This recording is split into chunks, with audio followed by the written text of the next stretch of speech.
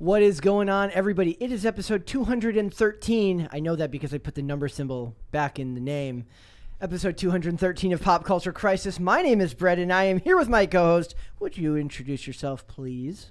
Hello, crisis actors. It's me, Mary. I'm not going to address the fact that I'm not wearing a beanie. I thought we were going to speak about this. Oops, I just addressed it. Oh, no. And somebody else who is not wearing a beanie is our guest host for the day. Would you introduce yourself, please? I am Sour Patch Lids. I cannot put a beanie on this glorious head of hair, but I can open this coffee. I just want to do it while I'm on camera so I don't interrupt someone else. I'm here. I'm excited. Let's go. The other day, Mary drank liquid on air. How dare I have bodily functions like feeling thirsty and needing water, Brett? No, see, I drink. It's like liquid. I'm not even human to you. I'm basically debasing you. Wow. Basically debasing. Wow. And you were the only person who heard it because you have a hypersensitive ear. Just my left ear. No one else noticed. Super ear. It's also, it could be that like I was like watching as it was happening, and I'm like, gosh, is that what it sounds like when I drink? Because I drink my Monster every day. I don't think so, but if it does, it doesn't really bother me. I like turn away. Let us know if it bothers you guys, and then we will not listen. We will continue doing it. I was saying, that's gonna be too bad because I'm not changing. Yeah, but I have to have that during the show. And are you do you have a big announcement that you wanted to make? I heard a big announcement the other day. I do have a minor-ish announcement, depending on what you think of me. I am going independent in October. I am very excited about this. We're going to do so much fun stuff. Me and Andy have been plotting this for quite a while. Plotting is such a loaded term. It's going to be great. I'm stoked. So you guys should stay tuned for sure. Go follow me at sourpatchlids.me if you're not already. Check out all my socials over there. So we can trace it back to whenever you started sourpatchlids.me. Sure, yeah. Let the internet sleuths figure it out. Yeah. All right, so we got a bunch of stuff to talk about today. The headline is that Hugh Jackman is back as Wolverine because nothing ever dies in these franchises.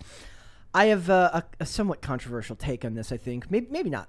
But I also have a bunch of other Marvel news that I do want to get into in addition to just that. I wanted to lump it all into one segment. So we're going to talk about that. We are going to talk about one of the members of the Try Guys being a guy and trying to blow up his marriage. Yeah, apparently. So we're going to get into that. I got married to smile there. There's a little smile there. She giggled a little bit. I love the downfall of YouTubers. That's okay. It's my favorite thing. So we're going to do that. And then I have a lot to say about Gaslighter-in-Chief Elizabeth Banks. And believe me, this is one of the most egregious examples of gaslighting you will see in a very long time, pretending as if the 2019 garbage film Charlie's Angels wasn't meant to be a feminist film. Oh boy. We will get into it. We're going to get into it. So if you ladies are ready, we got potluck, we got a bunch of other stuff. Are you ladies ready? Mary, are we ready? We're ready.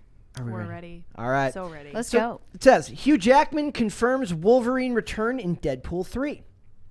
The first thing I thought of when I thought of this, and I'm going to be fair, the actual advertisement, Mary thought it was meh. I thought it was beautifully done. Why? I just liked it. Maybe it's because I like Ryan Reynolds. Maybe it's because I like both of them. But here's the problem. I don't think it justifies this movie.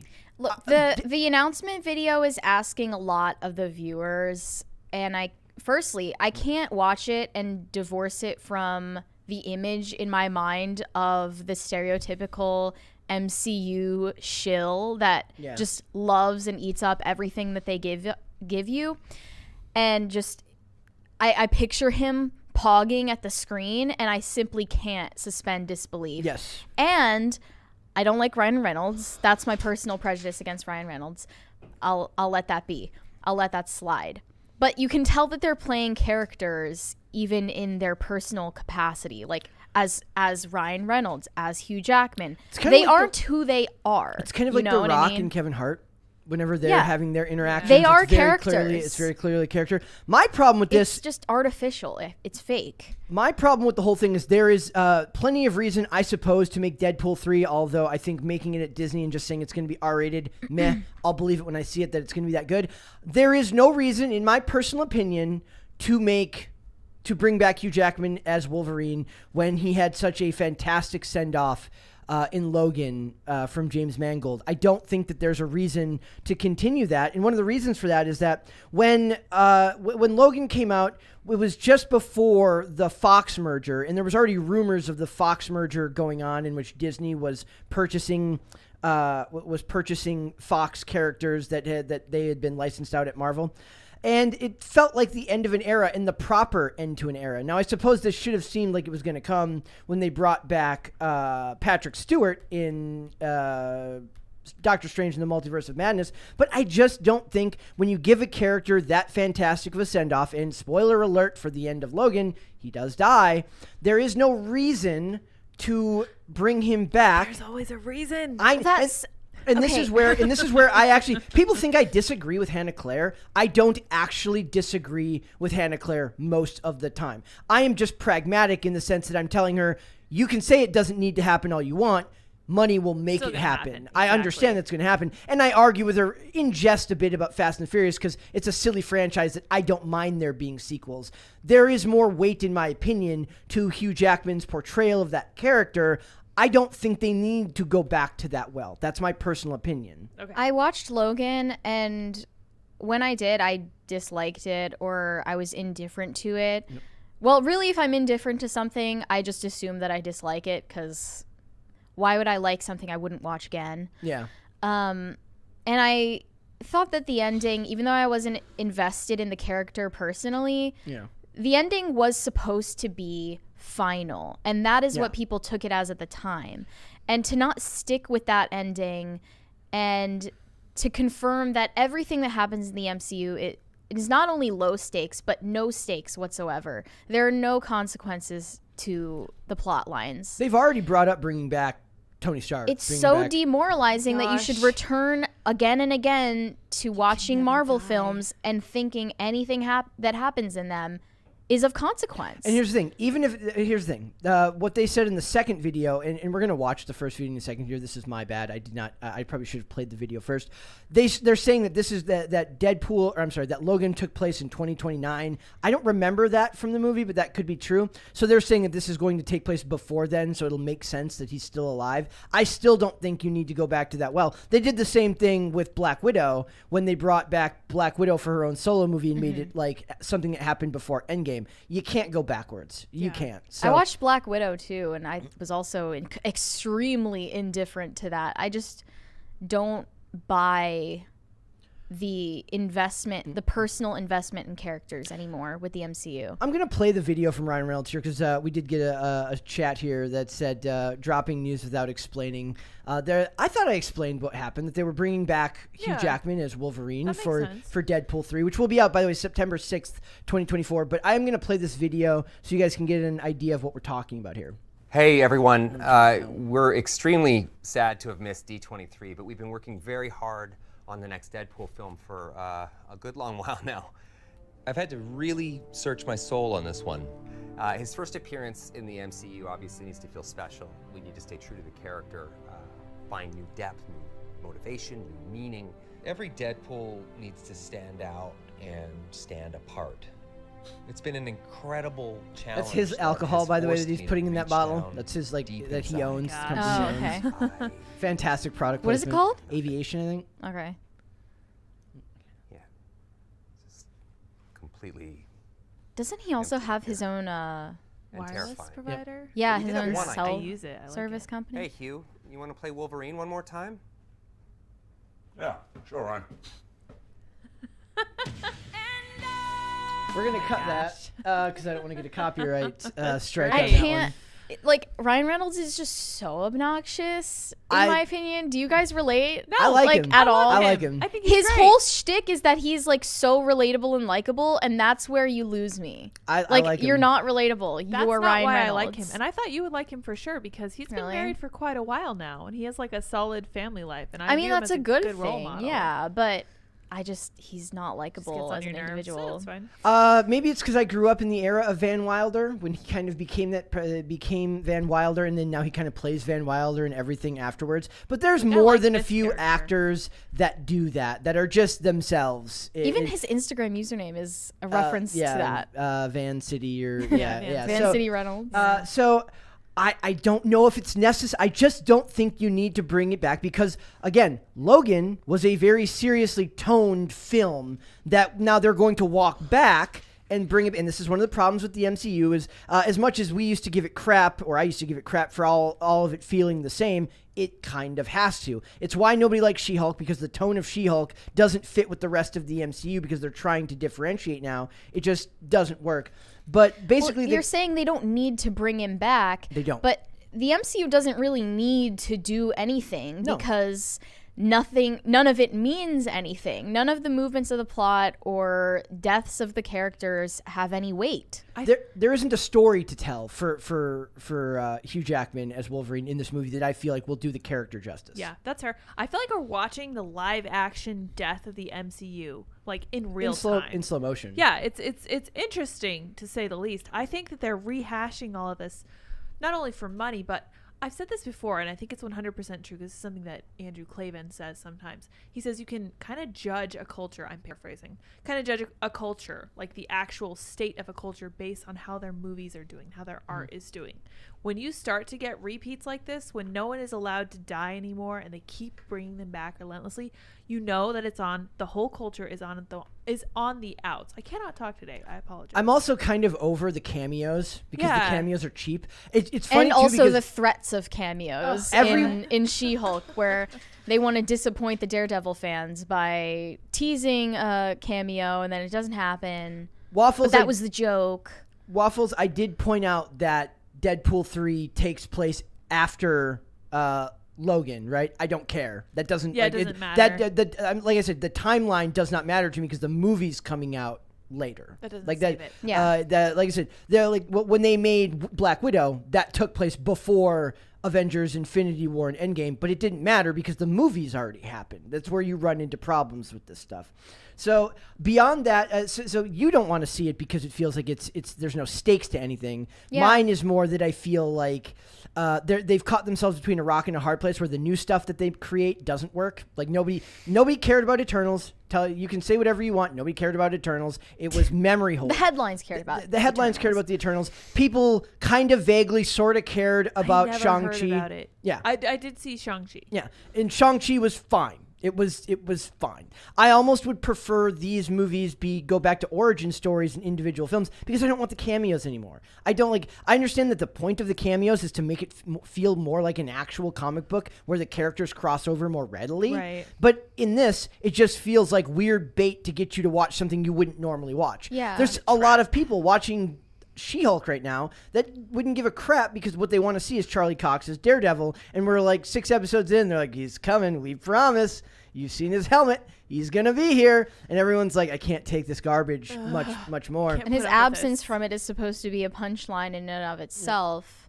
Yeah. As you said, it's hard to do these cameos because you have to meld two different tones. Yeah. And not all of it is going to make sense. Like I said, I don't feel like Logan, as it happened in that film, there was more humor, slightly more humor in the previous Wolverine iterations of the Fox franchises, fine. But the way it ended was perfect. You don't need to look at something that's serious and then walk it back to something like Deadpool, which is inherently not a serious franchise. Mm-hmm. By the way, I'm not saying that they should make Deadpool 3. I have my own criticisms about trying to do that at Disney. Because it was done through Fox before. It wasn't done through Disney. Okay. But so it's going to be put through the filter of being kid friendly. They're saying they're going to make it R-rated. Like I said, I will believe that when I see it. If it turns out great, I am happy to walk that back and say I was wrong. I don't think I'll be wrong. That it at least it won't carry the same magic that the first two Deadpools and even the second Deadpool to me wasn't as good as the first one. As much as I like Josh Brolin as in that movie. So beyond that, more bad news for Marvel is that they've got problems with Mahershala Ali playing Blade. They're 2 months from the start of filming, and the director for the movie, which is only supposedly 90 minutes in script length, walked out 2 months before they were supposed to start filming. Did he announce why he did that? He didn't say why from what I read. But I mean, it might have been a forced resignation. It could just be like reason. Creative, different. Like it's always creative differences when they don't want to explain themselves. Sure. And that's fine. That's fair. Convenient. The same thing happened with Black Widow when they found out, like they approached some directors and they're like, we want you to direct this movie. They're like, ooh, I can't wait to do the action scenes. It's like, no, we'll do that. Because they have their own department that does all of the action and the special effects. That's its own separate thing. So it's really funny. It's like this guy, I wonder if he thought he was going to have more creative freedom and then just wasn't given that creative freedom. So it could be so. That can stunt a movie. Well, it's like the reason they all feel the same is because Nah, that was good. She's like my genius is wasted here. Over the top of everyone's head. I actually wasn't a huge fan. Like Mahershala Ali is one of the best actors working today. I don't really care for him as Blade. I just don't think he's kind of like, I'd have to see him put on like a bunch more muscle and change his look. He just doesn't fit it to me. I love Wesley Snipes as Blade. For sure. Like I said, Mahershala Ali is a fantastic actor. Wesley Snipes is like an event. How do you mean? Like when you see him, he is the movie. He is the movie. He's like it's similar to how Robert Downey Jr. kind of almost in a more charismatic way. Like he is very much like one of the reasons that he wasn't a huge fan of the later Blade movies is he became like a side character in his own movies. Like Ryan Reynolds was in the third Blade movie as a different character. So it's like he became like a background character in his own movie. I'd rather seen them just bring him back and do Old Man Blade. I don't know if there's actually a comic story that lines up with that. Doesn't matter. It should be. So it says, according to Jeff Snyder, basically says that he first tweeted about Blade losing its director prior to the exclusive from The Hollywood Reporter, announcing the news and offering more details. He says the multi-time Oscar winner is very frustrated with the process. Like I said, he might have thought as the lead actor he was going to have more freedom, or maybe like they're just saying Kevin Feige, they're literally announcing projects constantly. He's got to be stretched thin, right? Like he's only one dude. Before they were making 2 movies a year, and they had their Netflix shows which weren't overseen by him. They had Agents of S.H.I.E.L.D. which weren't overseen by him. He was important and he was doing great work, but he didn't have the plate that he has now, assuming that he is. That was funny, right? That's great. There's a dollar bill on top of my camera. On top Let's of Mary's just camera. say it out loud. Okay, yes. Okay, I see it. So it's like he's probably stretched very thin, and if he's built this universe the size it is with the success level that it is, he may have a hard time ceding any amount of control over fear that what gets created won't match what he wants it to be. That's fair. But there's no united theme or feeling in the MCU anymore. No. So what would that even be? It's really funny too. I was like, I kind of waded into the depths of like the people who are still like big time fans, watching some videos from channels that are very, very pro what MCU is doing right now, and most of them, to their credit, are very positive and very like. Upbeat happy-go-lucky. And they were not wrong about one thing. They're like, look, it seems like there isn't much connective tissue and that it's all kind of a mess right now. But to be fair, the MCU was kind of a mess before the first Avengers movie. So that's fair. That doesn't really excuse it being a mess again, because it's not before the first Avengers movie now. Yeah. But they are resetting. I want to add to what I said earlier about everything being low stakes or no stakes, and the fact that I'm not invested in any of these characters. It's not that I have a preconceived bias that keeps me from being invested in any of these stories. I've tried watching these different movies with different tones, with different characters, with different crossovers. And what I have gleaned from that is... Excellent use of glean, by the way. That the MCU won't let me be invested in any of them. Yeah. And by bringing them back, it actually diminishes their importance to the universe. If they bring back completely. Tony Stark, it will be. I think that's a horrible idea. Like I think that's the end. Like I don't think there's any reason to do it. Robert Downey Jr. is iconic as that character. I don't even want Nothing to bring is in, off the table. Like, and the thing is, like, there's a million ways they could do it. Right? They're talking about why they didn't recast Black Panther. In fact, I have that here. Like why they didn't cast Chadwick Boseman as Black Panther. That one actually makes more sense to recast. Well, because there's a finality to someone really dying and not dying on a film. So they could have recasted this by any number of reasons. With now that the multiverse is a thing, I would have loved to have seen a version where they brought back and just made Killmonger the Michael B. Jordan character playing that role or taking over for that role, because he was the best part of the actual Black Panther movie, in my opinion. What Kevin Feige has said about not recasting Chadwick Boseman, it doesn't really make sense in terms of showing sensitivity to the people still processing his death. His brother says he think he would have wanted them to. Well, there are a lot of people who can say he would have wanted this, he would have wanted that, and you don't really know who to believe. Yeah. Especially after they've used his social media to promote the movie. Cringe. Sensitivity is not really their first priority. Nope. They've got to have some other reason that they didn't recast him. MCU. They're going to make Letitia Wright's Shuri the Black Panther. You think so? Yes. Well, I mean, it actually doesn't bother me because she's pretty based. So That'd be great. Kidding. I wouldn't Separate art from the artist. Separate art from artists. It's She actually was kind of annoying in that movie, but I think that's where they're going, and they're going to end up focusing more on the women of that franchise because it makes more sense with the guard and the all-female guard and everything. So they'll probably end up being much more focused on the female characters, which is a bummer because that movie has that first one has Winston Duke as M'Baku, and Winston Duke is great. Winston Duke is a fantastic actor. So they're kind of setting themselves up for people are going to see right through it. The shills who we talk about will love it either way. Yeah. And everyone else will be like, MCU. Well, how was Letitia Wright's character annoying in the I hate original?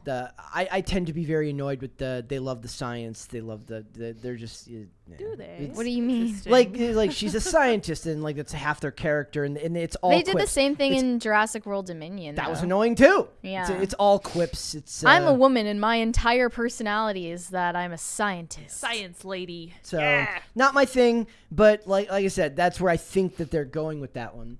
I also wanted to mention one more thing, and that's that I saw a couple of things floating around that they will be bringing back Foggy, Karen, and who's the other? Jessica Jones, The Punisher, Wilson Fisk will all come back from the Netflix shows, which means that we will get back Deborah Ann Woll, we'll get back Eldon Henson, we'll get back Vincent D'Onofrio, we'll get back John Bernthal. We won't be getting back Elodie Young as Elektra, and I would have rather had her back as Elektra than Fisk back as or than D'Onofrio back as Fisk, and that's because I think that there's more room for tonal change with the Elektra character than there is with the Kingpin character. I understand that you can't do Daredevil without that character.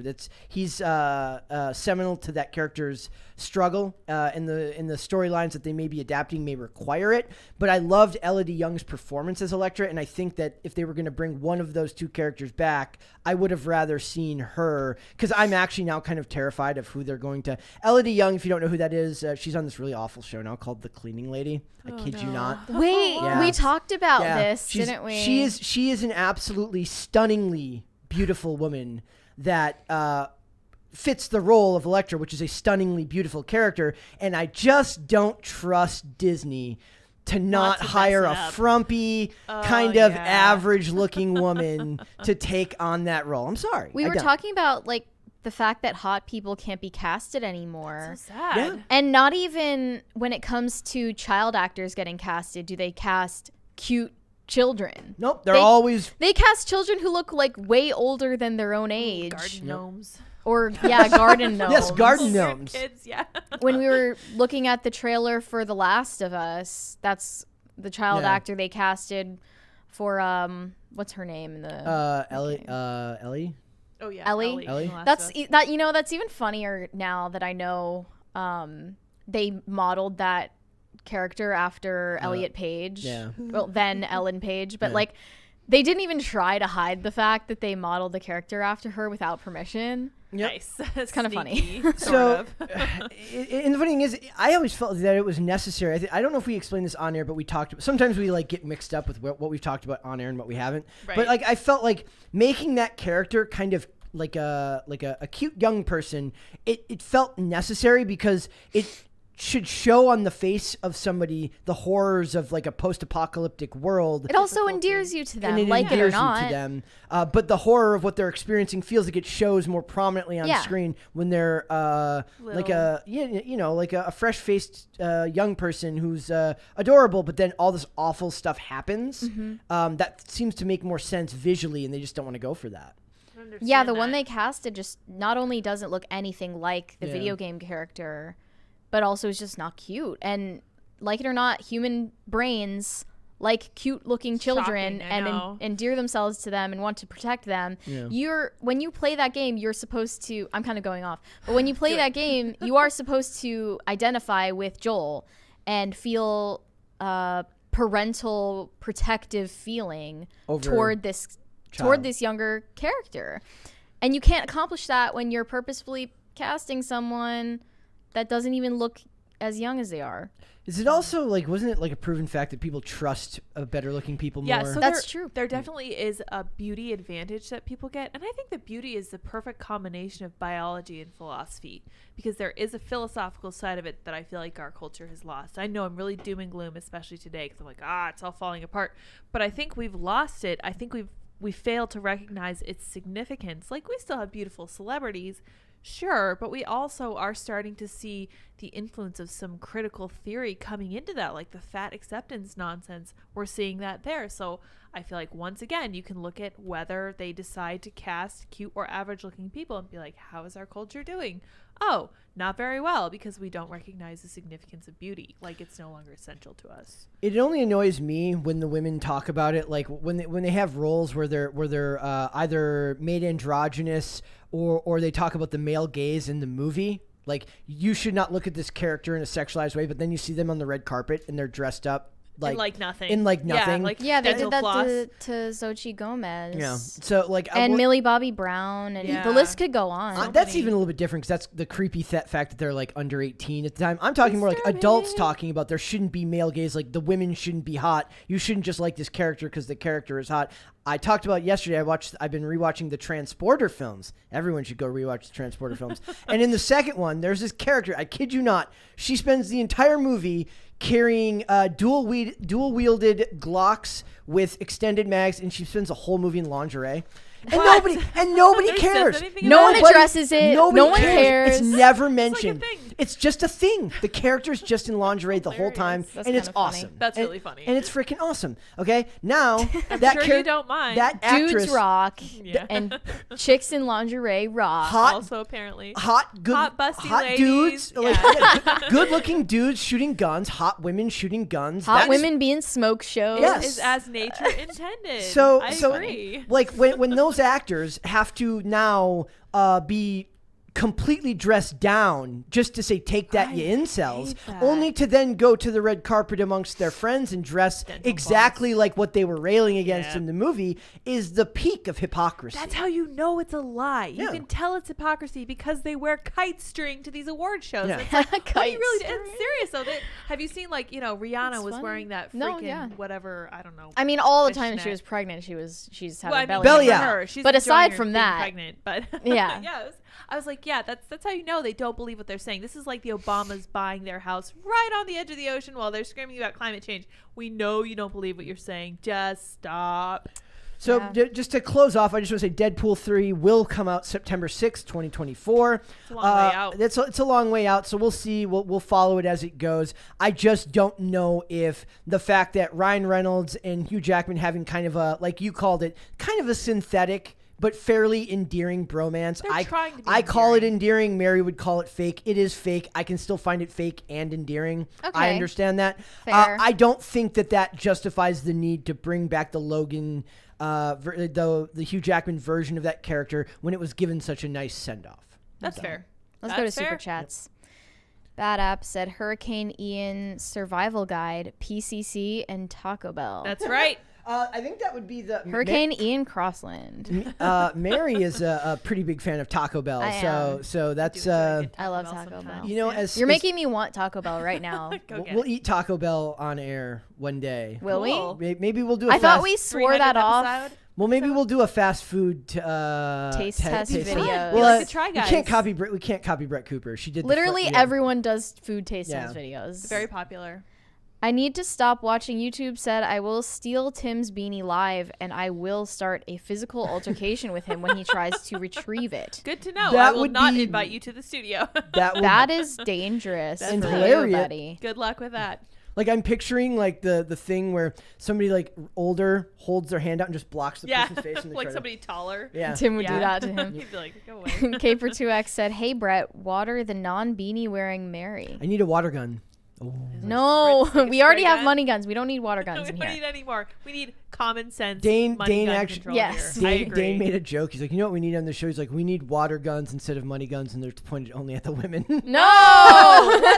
The way we He's like- immediately screamed. No. He's like, is it No. sexist? Yes. Is it Is it a also great great? idea? Also, Ye- yes. Also, yes. Two things And can be he true at said, once. "Make mine Marvel, go Deadpool, beanie-less Mary." I yeah. applaud your like these like they're just like they get beat down. Dutiful They get shilling beat for the down franchise, no by matter what. To be fair, I don't even feel like I was that way when they advertised the Batman. As somebody who loves DC, I don't have a whole ton of excitement for the stuff that's coming out. We're gonna watch it, and if it does good, it does good. But I can appreciate the absolute like devotion they have to like no matter how bad Disney gets, they love it.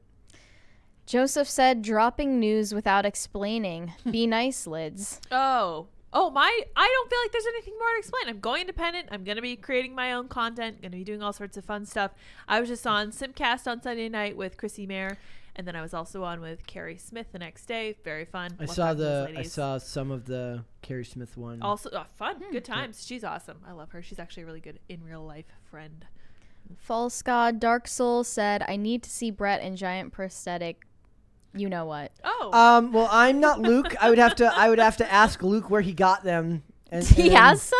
he ordered some. Wow. He I wore don't know them. what's happening to my Great. good Christian show, It but was here we once go. It was once, and I commented on the picture. I said the glasses make the huge fake titties more dignified. That and the furry art that is currently hanging Gosh. Which Seamus, in the window here. Yeah, that's just been know- there for a while. You just noticed I'm that? at my limit. I know. if It's great. Seamus saw that, he had to go like, Right?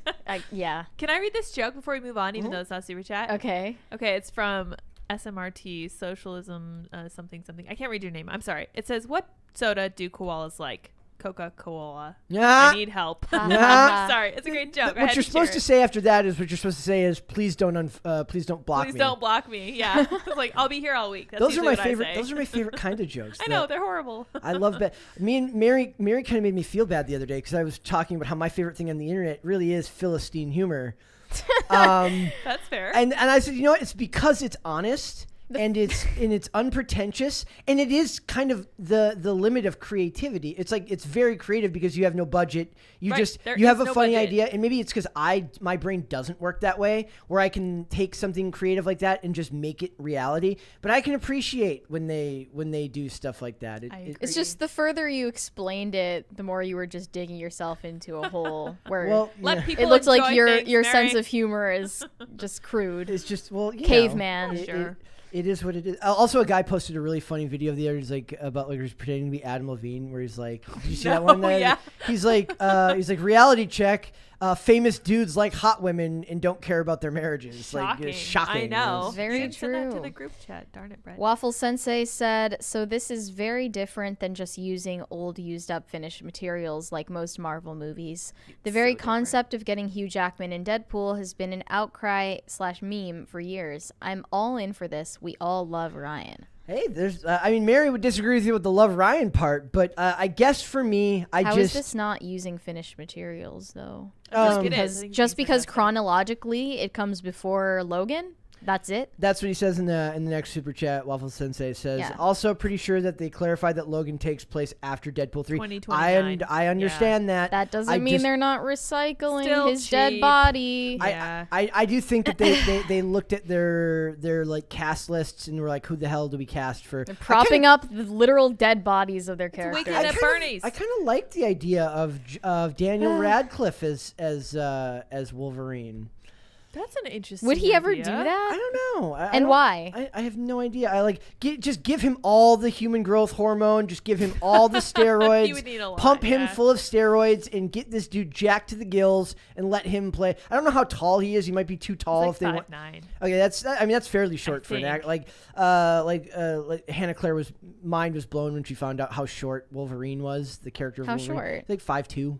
Really? The character's supposed to be like 5'2" or 5'3". Well, why haven't they casted someone short? Because they will is never Hugh do that. Jackman? Hollywood doesn't care about that. They care about aesthetics. So much for body positivity. Yeah, and am frankly, I right, guys? as a short person, I'm not being of represented, shortness. and I feel offended. As a short person, you should be casted as Wolverine. There you That's go. a fantastic idea. You got to get ripped. Let's go. Well, I'd have Do to get rid this. of the blonde hair too, though. So. No. No. Wigs.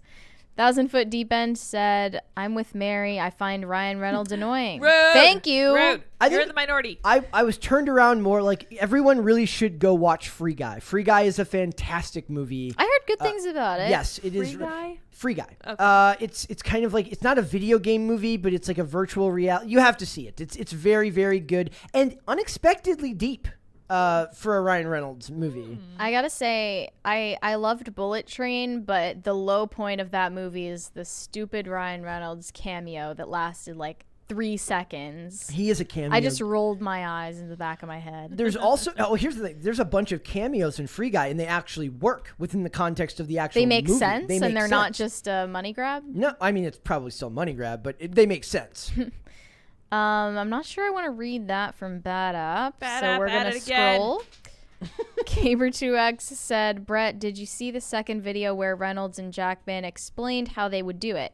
Plus, Logan was set in 2029. Yes, we Howdy, know. Lydia. We have said this. We understand. We don't care when it was No, set. Doesn't matter. I get that they can make it happen. It's the real world timeline that I have an issue with. Right. There you go. Greg Duvier said, I'm glad I stopped watching the MCU movies after Endgame, Yeah. except for Spider-Man, simply because I'm a fan of Spider-Man. Nothing wrong with that. I think a lot of people just Don't say the blame same you. thing, but fill in the blank for whoever the character you watch for is. I mean, Spider-Man is arguably probably the biggest hero Yeah. in the world right now. With Iron Man gone, Batman's value defaced by DC, kind of in a lot of ways.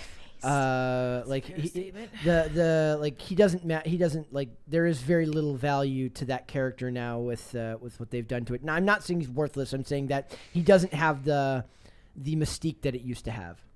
Joseph said, is it important to follow the previous rendition? Of Logan? Of Logan? I'm not sure. Yeah. I'll be interested to see how they do it. think so, Tonally, it will be interesting to see how they do it. But like I said, I'm open to being wrong. Like if I'm wrong and it ends up being an awesome movie, that would love I to be wrong, I I'm win sure. either way. Yeah, then, exactly. Right? Like I get If to they're either right be, on accident? I get to be cynical and right, or shocked and surprised and wrong. Pleasantly So, surprised. Yeah, Yeah. so it'll be fun. Either way. Justin Asquith said, someone mentioned Guar yesterday. Listen to Guar's interview on Red Eye with Gutfeld. They're hilarious. R.I.P. Odorous Urungus. Wait, so they did an interview with Gutfeld. Does that mean they're like super based? That's really funny. Maybe, I don't know. That's very interesting. Never heard of him before. Well, before yesterday. Nathan Koss said, Lizzo playing a 200-year-old crystal flute ended my last shred of hope for our culture. What? The American Yeah. age is over. No, Sorry, no, guys. no. She's She's a very talented flautist, okay? And that is how it's pronounced. I will hear no ill of that word. It's a great word. She's very talented at what she did. She shouldn't be a pop star. She shouldn't be lauded for being fat, but she's good at playing the flute. I think it's kind of cool that she Yeah, played I the kind of Super Bowl forgot thing. that she played the flute. They should Yeah, hire she's her. talented. I don't Then know. what she should do next is she should do like a presentation at the Grammys with Celine Dion where she does the flute part of My Heart Will Go On. Yes, that would be really Let's fun. go. I The love crossover it. we didn't know we Yes, needed. for sure. Let's go. Who sank the Titanic? Plus, guys, when she's playing the flute, she's not talking about how underprivileged she is. Well, actually, as soon as she finished playing it, she's like, "We're making history tonight, y'all," because they're obsessed with making history. Yeah, but she actually did. Had anybody played the flute before that point? I don't care. I don't think so anybody did. I don't care. I care that they're literally addicted to making yeah, history I that know. nobody cares about. Yeah, to be fair, she was the first time, so I'm just saying. Bobby said, Brett, my brother in Christ, it sounds like you need a donation toward water guns. No, it does I mean, not. if me and Chris can work in some water guns. No. Hey, if I have one pointed at me, then nobody So else can everyone's complain. fair game? Everyone's fair game. Okay. It's just the one pointed at me will mysteriously malfunction on a regular basis. I see. Episode 300, guys. There you go. Can't wait. Johnny Derp said, if a guy spends a long time staring into your eyes, it probably means you have no chest. That is all. We're just going to keep going with the So ending super chats with that is all. I And it love always it. makes Brett laugh. It does. He's like a baby and you jiggle keys in front of his face. It's true. I mean, That now is I'm all. offended, but okay, thank you. Okay, Thank never you. mind. All right, We let's, should go to Elizabeth Banks. Let's go to no. We're doing Try Guys. Oh yeah. Try Guys. We talked about it a Oh, little bit. but last my article is not out. Okay. Oh, All right. Well, no. then I will just go right into it. I thought I was gonna have to warm up for this one, but we will go right into it. Go. Okay, guys. So Warm up as in get angry. I have to. Yeah. Okay. So the year was 2019. And I was extremely poor. Oh, I could afford exactly one streaming service, and that was YouTube Red at the time. And one of the things that you read a lot about, or if you watched videos like Geeks and Gamers or any of these channels, there was a lot of news coming out about Elizabeth Banks in the 2019 disaster flop that was the Charlie's Angels movie. yeah, I remember. And what she did is she made this movie all about feminism. It was all about subverting expectations. It was all about take that, you incels, no male gaze for you. And now she is gaslighting literally the entire world and walking it back and saying that was never the intention of this movie. Were you able to tell that it was going to be like that from the trailer, or You could after tell you that watched it? you could tell that from the way she talked about the movie. She promoted it that way, not the trailers. Okay. She promoted it that I way. remember this, and if I recall correctly, you guys in the chat may correct me if I'm wrong. This may have just been a meme. There were two articles. One I saying, have it pulled up here. Yes. Is it the one saying, no, this isn't for you, men? Yep. And then the other one saying, Right men here. aren't seeing this. Oh, my God. Straight white males. This movie is not for you. Yep. And then the second one, that one was on just on November 8th. And then why are straight white males refusing to see this movie? Why do you think? Okay. You freaking idiots. So the point here is it says Elizabeth Banks regrets Charlie's Angels marketing. It wasn't a feminist It was manifesto. her. It was just an action movie. To which I draw my attention to this article that says Elizabeth Banks declares message for Charlie's Angels reboot. Probably believe women. And it says, and I quote, in a recent interview with entertainment website Collider, the director and screenwriter and actress discussed the upcoming movie. It's 2019. We can't afford to not get political, even within escapist entertainment. It said, one of the statements this movie makes is that you should probably believe women, Miss Banks said. We have so much validity in what we're feeling and how we want to go about living in the world. Being in the world, and what's really important to me that we felt with this, we had the characters that were being taken seriously and given a chance to live their best life. That has nothing to do with hot female I spies. can't believe you made me listen to that. I just zoned out halfway through. We know that Brett feels strongly about hot female spies. I care- And if you do that wrong, Oh, man. you will have hell to pay. It's so easy to I do. I care about hot actors in general in the spy genre or in any genre, fine, yeah. but the hypocrisy of it is mind-boggling. Yeah. She says, I wish this movie had not been presented as just for girls because I didn't make it just for girls. Yes, you did. Literally You did. absolutely made it Oh my literally God. just for Well, girls. it's like, You how lying- dare you obey me? They want Do we to need a Zen moment here? crack the whip at the male audience and then say, like, how dare you Yes. obey what I told you to do? Exactly. I am going to quote further to what she said in Oh, gosh, I 2019. can't handle This it. movie has to make money. If this movie doesn't make money, it reinforces a stereotype in Hollywood that men don't go see movies to go see women do action movies, she said in an interview, which interestingly was given before the movie's release. So she's blackmailing you. If you don't go see this movie, you're a misogynist. Or you're racist. Yeah, we've seen that Banks too. added, they'll go see a comic book movie with Wonder Woman and Captain Marvel because that's a male genre. So is the spy genre. You lying sack of crap. So even if those movies are about women, they put them in the context of feeding the larger comic book world. No, they tell interesting stories from interesting characters that are done by women with a decent amount of screen presence and warmth. And cleavage. And let's be fair. I mean, I don't even know if I'd go that far with Wonder Woman. And I understand that Captain Marvel doesn't fit into that, but Captain Marvel wasn't good either. Captain Marvel had the Marvel machine behind it to make that movie succeed, and they stuck it right between Avengers, Infinity War, and Endgame, and then told you had to go see it, otherwise you wouldn't understand what the hell was going on in Endgame. Just was that true? No, not even close. Thank you. Banks then added, happy for those characters to have box office success, but we need more women's voices supported with money because that's the power. The power is in the money. Okay, but take a moment. That is true. But make something that has nothing to do with her new comments that are saying, I was just making a movie. Yes. Yeah. Were you trying to make a product or a statement? Yeah. Oh my gosh. How did this happen? You need to pick one. Exactly. I was just making a movie. How did this happen? How could this have happened? The actress said that she doesn't consider Charlie's Angels more feminist than the previous. Said she doesn't consider the film more feminist than the previous fare, although the creative team did dismiss the ideal of female sexuality.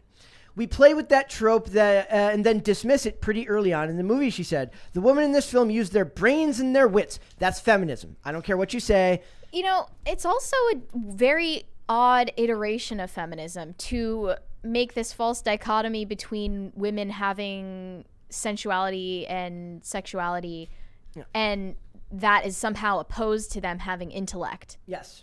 As if you like can have one, it's a but not very the other. weird statement. It's very reductive. Wouldn't it be smart to know when to use your femininity to get one over on a guy? Yeah, which right? is why before we had this hyper awareness of social justice agendas in film, then they were more able to make authentically so-called empowering films for women. Yeah. Which would be the original franchise, right? And the thing is that first franchise was fun and lighthearted. It was an MCG production, and that guy makes nothing but fluff, okay?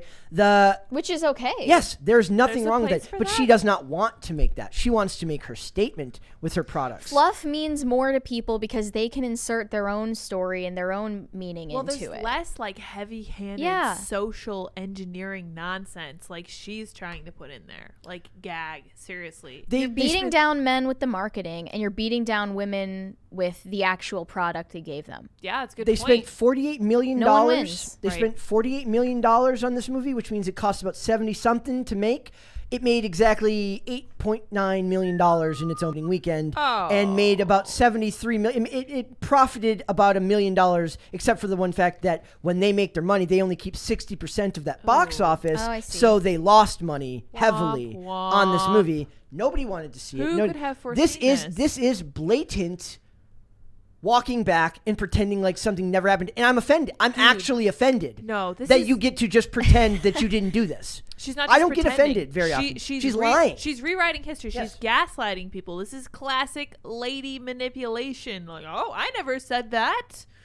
Give me a break. When She's women, clearly lying. she says, Banks said that when women do things in Hollywood, it becomes this story. There was a story around Charlie's Angels that I was creating some feminist manifesto. Yes. I was just making an action movie. Literally everything you said before this contradicts that statement. Imagine if before the film came out, she said, I'm not making some feminist manifesto, I'm making an action movie. And how excited you would be to watch it if she had said that back then and she had not said it as Damage Control. You don't get to have two realities and pick the one that you want. This is unintelligent business. Yeah. I'm not even talking about like ideology or anything. This is bad business plan. Like, this is bad business, and this is why I keep saying there are so many people in the entertainment industry who are ideologues who are not profit driven. They do not care about making money. They care about making their statements. They care about their reputation and their image more than they care about their bottom line. Yep. This came out at the same time as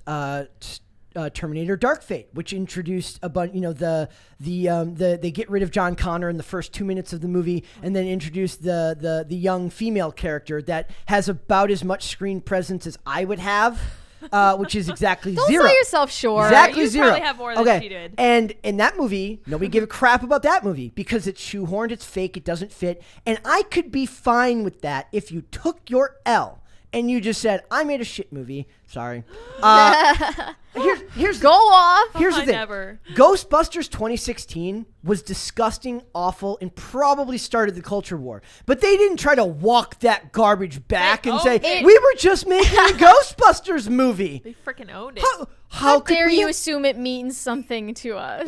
Yeah. Like I'm not offended that she made a shitty feminist movie. I'm offended that she's pretending now that she didn't. I don't think, by the way, that Ghostbusters 2016 started the culture war. I mean, being that's a bit of a hyperbolic, hyperbolic I'm statement being there. but it's part of it. It was right? a big battle. That we had Gamergate, In the we had beginning that stage. we had Gamergate, we had that, we had The Last Jedi, which all led up to where we are now, where there's a culture and there's a crisis, and that they go together. It's a pop It's like culture. we crisis. talk Oh, about pop that culture pretty crisis often. type thing, huh? So this is another article from 2019. It says Charlie's Angel director Elizabeth Banks is facing a social media backlash for comments she made about movie-going audiences' predilections towards action blockbusters featuring women. Again, I want to point out that nobody gives a crap about women in blockbuster roles as a bad thing. They want to see it. They just don't want to be talked down to and told that if they don't, that simultaneously it's not for them. And if they don't go see it, they're promoting misogyny. Right. Well, Wonder Woman did great. We saw Alien was fantastic. We've seen so many cool ladies movies. We saw Kill Bill, which, I mean, Quentin Tarantino, shockingly based, it turns out, because he will not cave. This is a list of 2 full pages of Wow. TV There shows you go. that Perfect. star women. Right. That Screen goes cap back, it now, folks. That goes back 20 years. Your narrative is Let me garbage. see. I want to see it. There you go. Your narrative is garbage. You're lying. Yep. And it's not the feminism. It's the lying. Don't forget Resident Evil. I hope that's on here, because That's a movie, great, not a TV show. Oh yeah, that's a great those are show. just I like TV that shows. one. I thought that was So awesome. I'm offended because, like I said, it was like I was broke, and I'm being told by this woman that if I don't go see her movie, that I'm somehow not supporting women in film. No. You don't Wrong. get to make that decision. You don't get to make that choice. So these are some quotes that people said to her. They said, I know misogyny and sexism runs rampant in Hollywood, but Charlie's Angels' lack of success isn't due to either. That In ain't it. 2017, the top 3 grossing movies were all led by women. Charlie's Angels isn't doing well at the box office because it's a crappy movie. There you go. I predict that the Little Mermaid movie that's coming out soon is going to follow this model where they tell you that the movie is not made for you if it doesn't appeal to you But if on you its don't face. see it, But if you didn't see it, and if they flop in any way, shape, or form, racist. it's your fault. Yeah. Fan Because you were racist against Halle Bailey, or you're sexist because you don't think that princess movies have a value in culture and representation. It's always about pivoting to blame the audience for your missteps. And I want to point out that there is one quote here. Like, I'll give her a little bit of leeway in one quote she said, but you can't just take one quote and say that meant that you didn't market it as a feminist movie, right? So she says, it's a movie that I want to entertain all audiences, but I did want to make something that felt important to women and especially young girls. Okay. That is the fairest statement I can give you. Yeah. But But did you even accomplish that? She did not. This movie was important to probably zero young people. girls. She made herself Bosley in the movie. She gender swapped Bosley, made all the men evil or morons.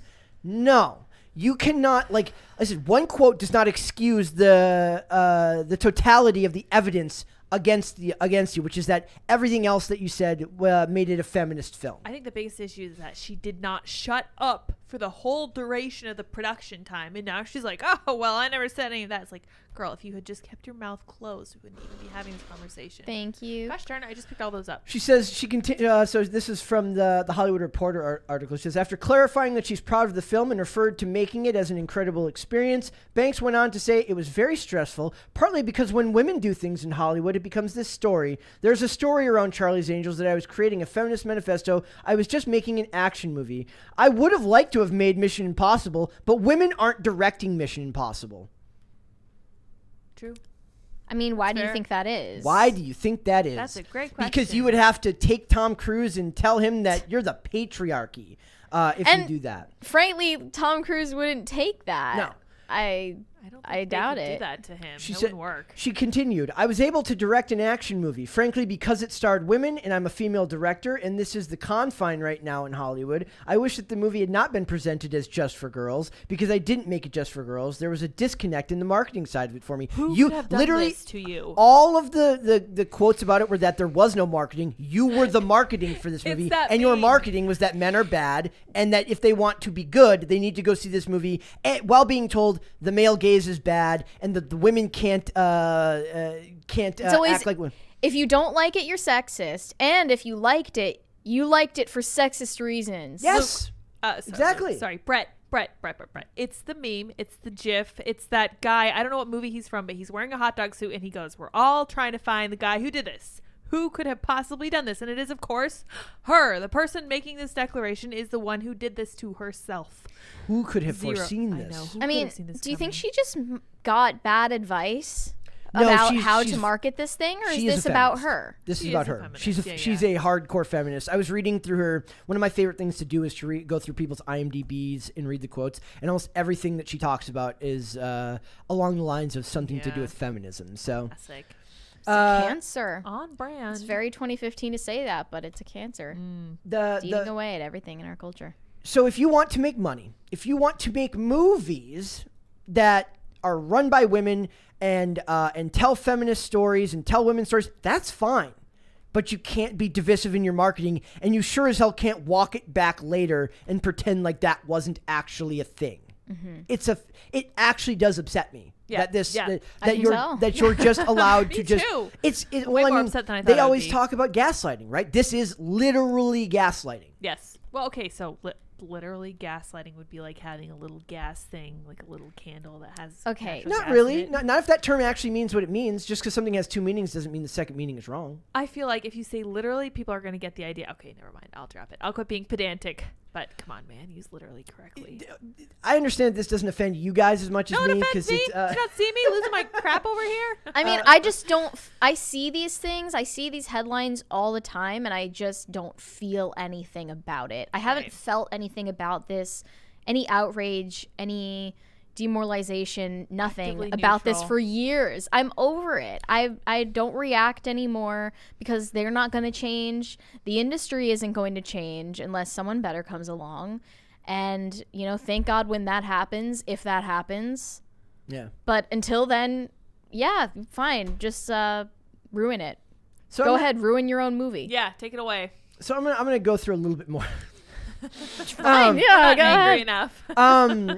So I just want to go through this part at the end of the IndieWire article. This is an old IndieWire article from before the movie came out. It says, the main concern I have is that it will never happen again. She said, I feel like I've spoiled myself for going forward, and frankly, I think that's fine. That's my personal best. I have a friend who just ran a marathon and beat the personal best they did when they were 19, and now they're 46. They have bested it in a minute by a minute. I feel like that's how I'm going to approach everything. I have had my personal best, and I'm going to spend the rest of my career trying to beat it.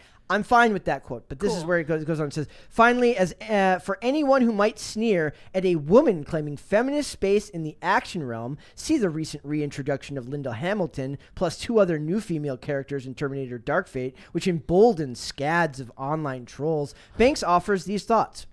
I will say that that it's apples to oranges because Charlie's Angels has always been about women, and the DNA of it is about women working together on this team, she said. We are not treading in a male space. I think that's one of the big differences between these two things. I don't know. I'm less concerned about that. Of course, the trolls are horrifying, but I challenge them to get up and make a effing movie. I welcome any of them into my realm.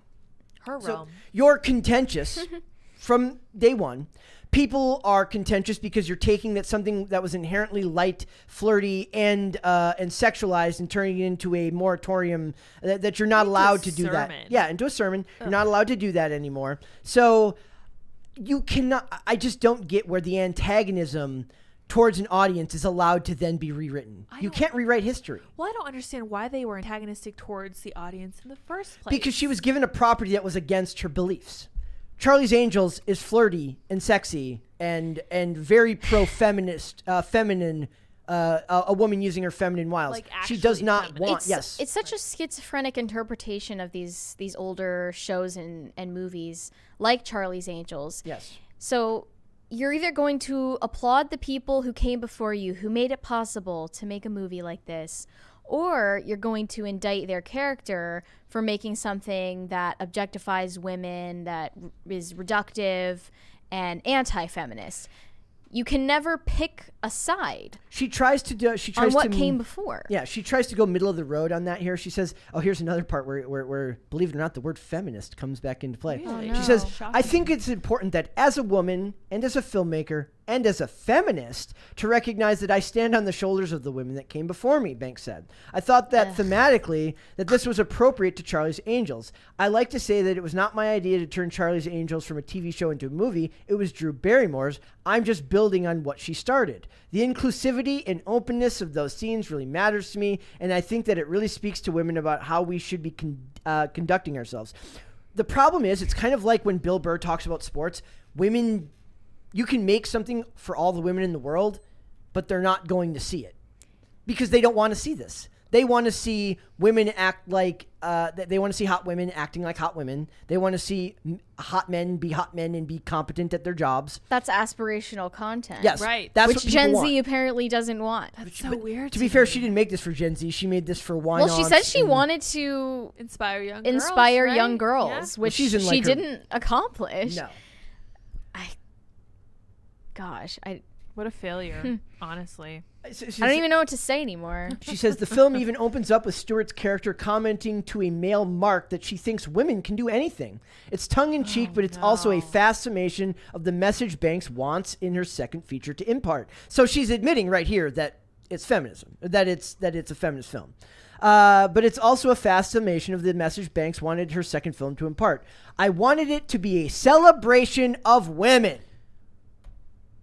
I could just end the segment right here because she's like, Of literally, women. of women. I women. wanted it to be a celebration of women, Banks said. I wanted it to remind people that women are everywhere, that you can't Yes. ignore us, Hard and to that when miss. you underestimate us, you give us a superpower. I feel like these are real, relatable women. The stunts they do in the movie are all within their actual capabilities. No, they weren't. What? We will help people out with their wires and pads and things like that. I mean, I can't hurt them. I've given you enough proof that she's a lying, Sack of garbage. a lying, gaslighting, Sack. bad person. There you go. Yeah, Zach. All right, I'm done. You're done going I off? found it particularly offensive, given that this was right at that time when remember when we were talking about trauma, and the director of Terminator: Dark Fate wondering why didn't my movie do well? I told you to not go see it, and then you did not go see it. Why didn't my movie do well? It's like Mary was saying. She's getting mad at you for obeying her imprecation. There you go. There's a good word for you, Brett. I expect recognition for it. That was her fantastic. imprecation. Amazing. To not go see her movie. You told her not. You told us not to, and we didn't. I don't know what you want from us. The best strategy is if they say it's not for you, then don't watch it. Yeah, just take their Listen word to for them. it. I would be Your okay with money. that if they then didn't come at me and yell at me later for not seeing it. Like it's like you can't win. You course. cannot. You cannot win. You can It's just like when ignore them. it's like when I complain. I know I can't. It's Well, literally my job to stoicism not. in That's true, response to their lunacy is really the only way to win. I can't do that. Poor I Brett. think that's a good thing. Go ahead. Feel how you feel. I admit wholeheartedly that if there was one thing I wish I was better at, it would be to be more stoic. But I don't know if that would actually be good for the show. no. It's better that you're less I don't know stoic, if yeah. stoicism is really the Stoicism's way to go. boring, like on camera. I would love to be more. I actually made a post about it the other day. I said like if there's one thing I wish I could be, I wish I could be a more stoic person, but I'm not. And for the time being, that's fine as long as I'm not being called a bad person and then told I'm a bad person again for not seeing a movie in which you told me to not go see it because I'm a bad person. Darned if you do, darned if you don't. Yeah, you're Classic. racist if you don't go see this movie. You're racist if you complain about this movie. You're sexist if you don't see this movie. You're sexist if you complain about this movie. You literally can't win. They got you. So don't play their game. You can't. Don't play their we game. literally have to play the game because So talk about it. Call them on it, and then just ignore their movies. Honestly, you don't have to play the game because you don't have to go see it.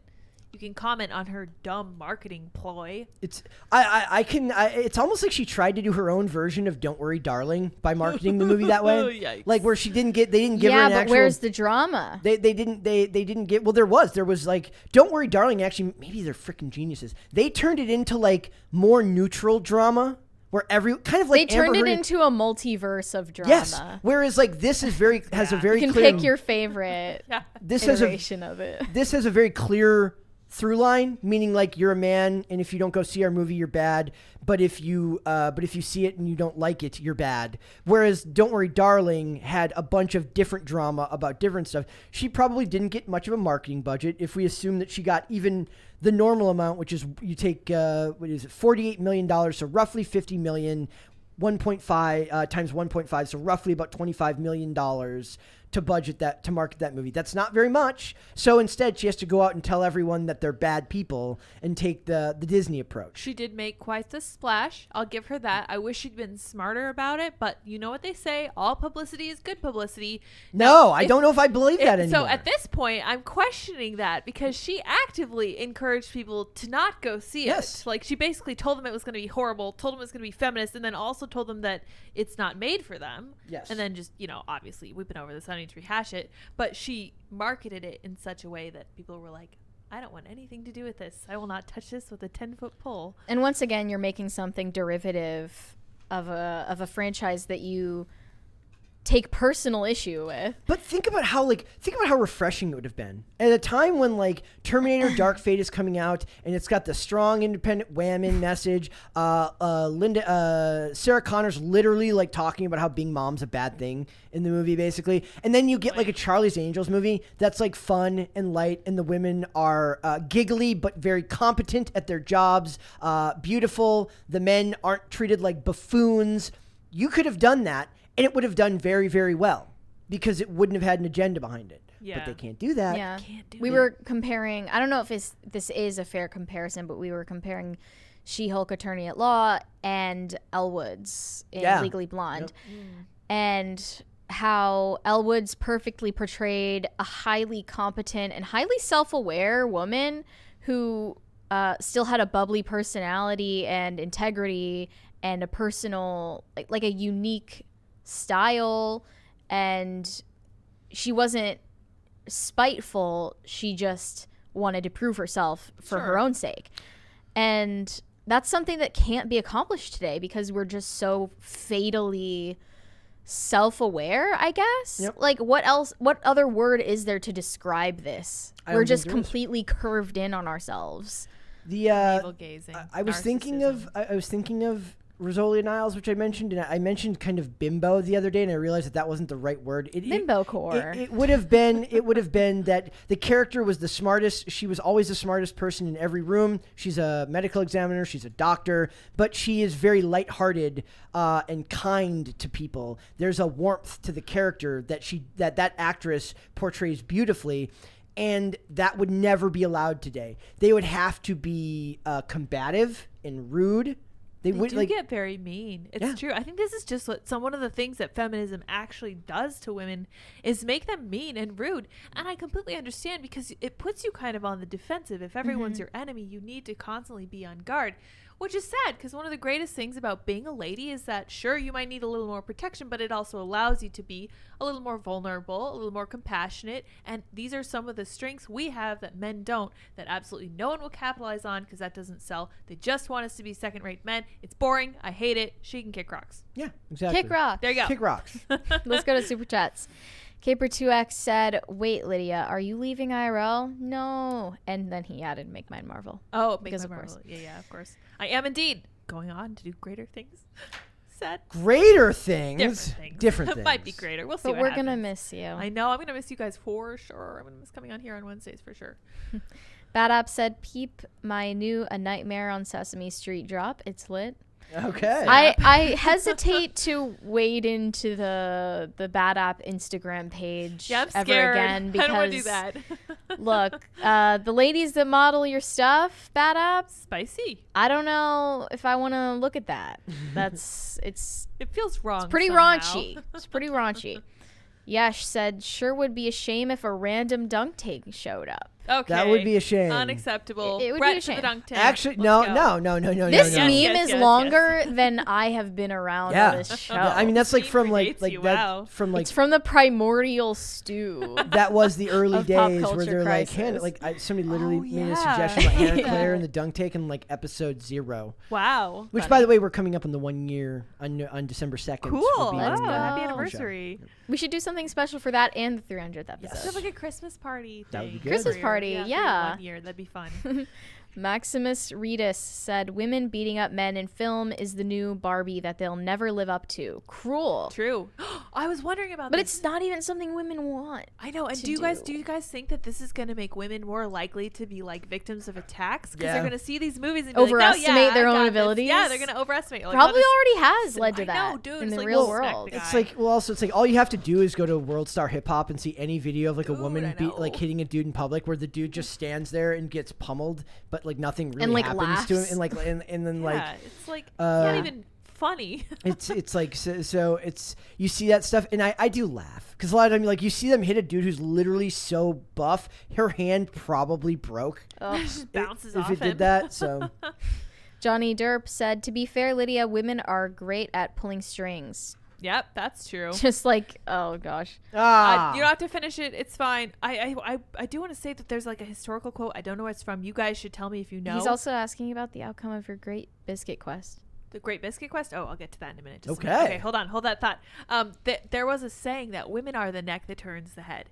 Okay, so this is where a woman would influence her husband, whether it was a queen or just a wife, all the way back to, Bible times. This has always been true because women have this different status than men and they have the ability to influence. Yeah. And I feel like this is something they should make movies about because it's really kind of interesting, right? You see this guy making all these crazy moves and you don't understand why, but there's like this huge master plan. It's because his wife, whatever, he and his wife are working together. it's more believable and it feels more real. It's interesting, right? Yep. It's like it actually requires character development and stuff. That's what I think of when I think of like Rings of Power and we see Muriel and Crap Ladriel Okay, wow. Yeah. on top of the I wasn't insulting both of That's them. fair. Muriel's fine. And they're standing up there giving their speech together, standing as if they're supposed to be these strong leaders. It would have made more sense. Bronwyn did the same thing, And might that I one add. and that one failed too. She also gave a failed attempt at a rousing speech. There but, was like, an attempt. Those things would feel more real if they had if there was a king and they were the one influencing his decision to go to war. Right. To me, Well- that would be really interesting. There was also, they showed Muriel trying to influence her father, right? I mean, the trope actually of a corrupting daughter and a king, that's an interesting one. But since the king is bedridden, it doesn't Yeah, have the that's same punch. different. It doesn't. I really don't even work know the what the same. point of that was yet, know. if there ever will be. We will get to it on Friday. I'm gonna. And by the way, Yeah. last week I went off on Rings of Power, and I've realized why it happens sometimes. It's because when I watch things, right? So normally when we watch Rings of Power, it's a Thursday night, so I go skating, I get done, I take a shower, I eat. I'm in like a good mood, and then I watch it, so I forgive all the garbage. When I watched it last Friday, and it you're was like, nah, 6 out of 10. yeah, and then last Friday, I just didn't get a chance to see it Thursday night, and I had to watch it really quick before the episode. I was tired, I was annoyed, I was frustrated, and all the bad You didn't stuff, have your creature comfort. and all the that's bad fair. stuff was just 100 times worse. It's like, yeah, it magnifies it. Okay, the Biscuit Quest. Do you guys remember summer when somebody recommended that we go to this biscuit place. I think it's called like the Biscuit Emporium over in West Virginia. That does not sound like an appetizing name. Hey, shut up. We're gonna Why have don't to you do like it. biscuit? We still need to No, do it. Emporium just doesn't seem like it belongs Emporium. there. It's an emporium. It's like a castle made out of biscuits. Okay. Unfortunately, Okay. I've had to settle for Dips biscuits, which he makes for me every night on my tummy. Aw. That's all I have. That's cute. But I still would like to do it. It's just like 200 miles away from here. So maybe. Really? Yeah. Where it's is kinda- it? It's over in West Virginia. West Virginia is a huge state. Like it's In, like- 6 hours to Charleston. Charleston. It's in Charleston. I Okay. think so. I think it's that I'm way. gonna look into this. I'll and find the address. Make a I looked trek it up. there. Yeah. Johnny Derp, Johnny Beck sent us a thumbs up. Thank you. Thank you. Waffle Sensei said, since Liz name dropped Alien, I just want to remind everyone that Ripley is a Disney princess now. I want to point out Is this that true? one of the reasons Bought by Disney, one of the reasons I've been making the TV show list of strong independent women that don't need no man is because Here you go, by the way. we've been giving the same examples for the last few years of people give those examples because they're the most culturally relevant Well, they're because they've been movies. Yeah, they're not TV shows. but the thing is the TV show versions have been around for just as long if You not have longer. Fringe on there, which I love because I loved Fringe. That was one of the only TV shows I ever really Olivia loved. Dunham. Olivia Dunham. was Anna truly- Torv. Yeah, she's and great. she plays faux Olivia as the other, which is Yeah. another interesting. She actually portrays two interesting, very, very different versions versions of of strong, independent herself. women that don't need no man. Right, and she actually doesn't. Like, she's actually a fully developed character. Yes. It's almost like women aren't just women. They're individuals with individual personalities and character traits. You could actually make the argument that the faux Olivia character is actually more interesting than the regular Olivia, who's People much more always said that. who's much more closed off Right. and very if either version of those characters, for the people that don't know, Fringe has like an alternate universe, and the original version of Olivia from that show is very much kind of like a proto-feminist version of how these characters are, meaning that she's stoic and she doesn't speak very much, and she's very, very her facial expressions don't change very often. Right. But she also shows moments of thank you. Oh, thank you. She also shows moments of great Scared vulnerability, which kind of makes up for it. But then the faux Olivia version is very warm. Yeah, she's and, very and she makes open. jokes and she's fun. And they kind of do that with all the other characters. I'd argue that Astrid is probably the connective tissue of that show. Oh, yeah. Astrid being the one that helps Walter. Right. With the Yes, I loved she's Astrid. and then she plays this kind of bubbly and warm character that's also very, very strong in the first one. And then in the alternate universe, she's almost on the spectrum. Yeah. And she goes to Peter. She's like, "Is it true you're from another world?" And he's like, "Yeah, I think I am." She goes, "Cool." I love it. Yeah. strong female characters have existed. Do not let the Hollywood Don't propagandists let tell you them that they fool don't. You.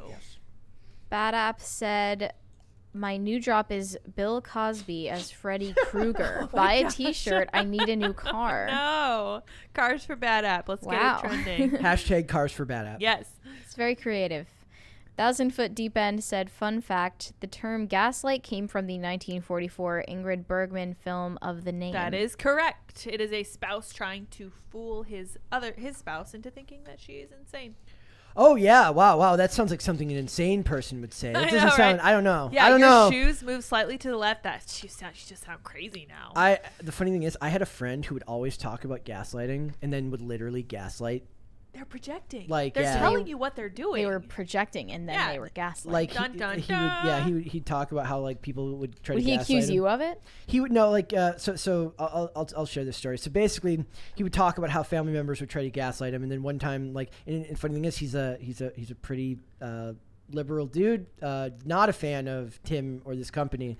That's fine, but at one point, it was when the legislation came into place about freelance workers in California. Oh, yeah, I remember that. And I shared this. I told them about the video Tim had, which is like when Tim does those videos, he's referencing articles. It's not like he's just talking. He's not making He's not anything making it up. He's talking reading about an it. article. And he goes, and I told him, like, no, like I saw a video talking about it. And he goes, I don't doubt that you saw that. So not only is he gaslighting me, he's telling me I'm dumb. How condescending. I love the dude, but like that was a sore spot for him. So it's like I understand that he just didn't have the.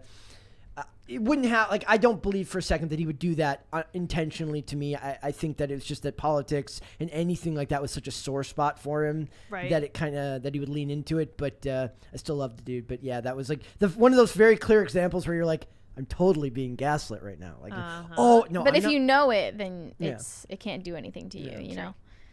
Hobbit said, these wackos can't create their own content, so they take old great names, paste in their ideology, and sell it based on the name.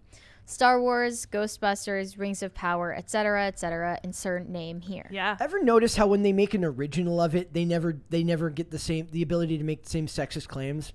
There's a really bad movie called Ultraviolet that's just freaking awesome. It's so bad. It's so bad it's good. It's so bad that like the CGI literally looks like a PlayStation 1 video game. And nobody cared because Mila Jovovich is a fantastic fun actress and nobody great. Cares. It's She's like tall. it's I love her. Yeah. So it's just they always forget that this stuff only comes up when it's remaking something, but that somehow doesn't connect with them. Mm-hmm.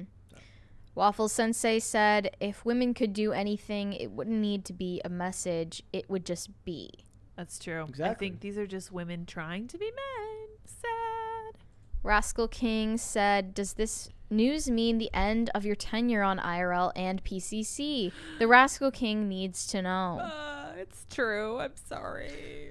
So does that mean they're gonna have like AI do your job? Yeah, and his name is Serge. No, Are you gonna get deep faked? No, that would be into fun. Let's IRL? go. Yeah, let's do it. I'll Hella make myself like 40 dystopian. pounds lighter. It'll be perfect. I'll have perfect makeup every night. My hair will be like gorgeous. Are you gonna be a VTuber? Yeah, perfect. Well, it won't really be me, so it'll be great. Duck Paints said there's very little law in She-Hulk Attorney at Law. I wouldn't expect there to be, just like there's not a ton of medical knowledge in Grey's Anatomy. That's fair. They could have hired David E. Kelly or any of the people who've been making law shows for like 20 gazillion years, but they don't do that because Marvel wouldn't. They can't hire David E. Kelly because they need to hire somebody who's never worked before because that's what they love to do. They love hiring people with no resumes. So you can pay them less. Yes. Oh, Yeah. yeah. That's Like maybe makes that's sense. They're cutting corners over at Checks out. Marvel, basically at Disney, all of them. because Disney is Rings of definitely at risk power. of impoverishment if they pay anyone. I need to stop watching YouTube. Said I'm a cracker and they keep pouring salt on me. Oh man, that's no good. A salty cracker? Salty cracker, dare you say? Potatoes for Seamus said, so sad that Linda is leaving now. Who will Lucella Luca. have to keep them in line? They, them. Yes. Who is that what Luke's going by now? Luca. Luca? Luca or Lucella? Rukowska. This person says Lucella. Well, that person's wrong. Are Thank you you for dead that. naming That it? person is responsible for $100, which Thank is you. a Potatoes for potato Seamus. party, I guess that Thank one you was. so Thank much. We very will much. call. Yes, that one was a potato party. Thank the you. potato party. Yeah, potato party. Woo. We can get potatoes shot at us with a No, potato gun. let's not. Have you ever okay? There's a potato okay. cannon. Speaking of Yeah. Olivia Wilde, there was a fantastic episode of House where he literally gets her out of prison so that she can help him make a potato gun for a competition. Okay, to be fair, my dad built a potato cannon for us when we were younger. It was a lot of fun. We used like hairspray for the fuel. I think you can We had a buy them special lighter. on. My dad Amazon built this now. with like metal Yeah. pipe and like fit it together and stuff. It was That's very, sick. very neat, heavy duty. Thank you for the yes. potato party. Yes. Potatoes for Seamus. Thank you. And Bad App asked, at Lids, will you come back for guest appearances? I will if you guys will have me. We'll Yeah. see Of what course. happens. I'd love to join you guys. Like right away, we're like, hey, how about hey, you come back wanna out? come on? Hey, you want to come back every Wednesday, even though you don't live here You don't live anymore? here anymore. We'll just we'll once we get time travel or teleportation, Perfect. we'll do that. Yeah, sure. Are we ready for article? We're not, but let's do it. Do it anyway. Let's go for it. Ned Fulmer of the Try Guys, who originally come from BuzzFeed, has just come clean about cheating on his wife with a subordinate employee at their independent company. Yikes. I had to before we get into it, I had to have Mary explain context to me because believe Yeah. it or not, I don't give a I know crap. too much No? about this, She and I knew- didn't know that We I knew did. too She much, knew a yeah. shocking amount about the Try Guys. Do you know about their testosterone levels? That was one of the things I remember them Disturbing. doing. that was the only thing I knew about them. I also remember them somebody explain before we get into it. Let's have somebody explain that. So their testosterone Yes. levels. Okay, so they did a video called like the Try Guys, or like which one of the Try Guys is the most attractive to women. And they used multiple different Apparently factors, Ned. but one of them was they all got their testosterone levels tested by a doctor. And also in another video, they tested their sperm count too. I haven't looked at that. I would not. Yeah, That but sounds it's probably gross. also tragically low. But they found that all 4 of the Try Guys have dangerously low testosterone levels, 85-year-old comparable man. to the average 85-year-old man. Oh my gosh. Even the highest testosterone level from Eugene Lee Yang was too low for a guy his age. So it's not a surprise that they would work at a company like BuzzFeed, which is notorious for being obsessed with social justice messaging and programming basically my generation. I am the generation that was the consumer of their content. Yeah, we were explaining that. Said me and you's generation is the generation of BuzzFeed employees. Her generation is the Listicles, is the generation viewers. of And BuzzFeed as I was looking into this scandal, I was looking through Try Guys videos from back in the day and a newer lot of ones, and like views, I yeah. saw the ones that they posted back in 2014, 2015.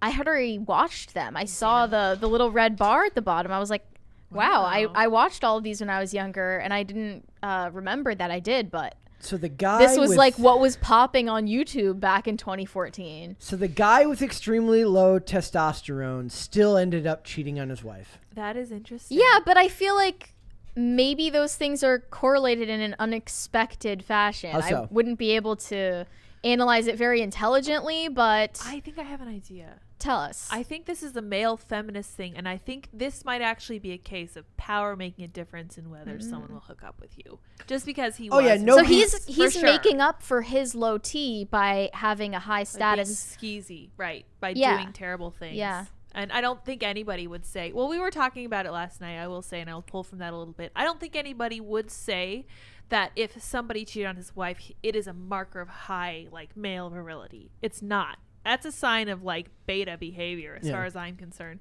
Because Tim was like, oh, yeah, he had low testosterone, but look at this, he gets a bunch of ladies. And then he was thinking about it more, and he's like, oh, no, that's really not good. That's not something a guy with really strong masculine things So would do. I guess the idea here would be that like he has low testosterone, but it's made up for by the fact that he doesn't have to try as hard because he has a high status job. He If doesn't he have actually to- if he And actually it's had to surprising try, because his job actually is not cool. no. Because for his YouTuber. job, he has to, like, the very first Try Guys video was trying on women's panties. Ew. What the They hell? also did simulate, like, the Try Guys try going into labor, where they simulate That's fine. suffering I mean, labor yeah. pains, and they sit spread eagle for YouTube to see, all the world to see. Gross. And they get their sperm count tested, they get their T levels tested, and they get relentlessly mocked for it. It's kind of humiliating. You know what I want to It's see? all about that, like. I want to see his instant messages. Is he as bad as Adam I was Levine? gonna say, at least you Yeah. had to send super Does he- cringy text Are messages. is there an oh my god your body Oh, is no. absurd text in there somewhere? I love it so much. I bet you there is. Maybe the humiliation maybe. Adam deserves, I- honestly. And I think this was well, let me just say, for anyone who's unaware, because Brett kind of was, the Try Guys from BuzzFeed, they started in 2014. All they do is just basically videos trying on costumes, trying foods. They try Pretty popular. different stunts, like they crashed cars into each other, or like they shot guns for one video, which is surprising. They Were they dressed scared? up in drag. They've done all sorts of things. So what people come back for is the personality factor, not just watching people do random shit. And you're saying that his personality is particularly Yeah, he built his personal brand on the channel as a hyperbolically doting husband and father, which is extremely telling now that we found out it was completely a facade the entire time. So, like, on their side channel, I went and looked at their videos and found they even posted compilations of like Ned Fulmer mentioning his wife for 7 minutes straight, or Ned and Ariel, his wife, are absolutely perfect together, it's all a facade. and it's all fake. And we think that the beta doth protest too much. Right. So he got ousted from the Try Guys once this came to light. And not just ousted, but they like actually went back. They retroactively edited him out of their videos, which I thought was fairly egregious, given all the dude did was cheat on his wife. But that was before I knew that such a big part of his character was that he was a dude who was like really, really into like a his family guy, man who is. I still think it's ridiculous to fire the dude. That's my personal take on it. Why is that? I just don't.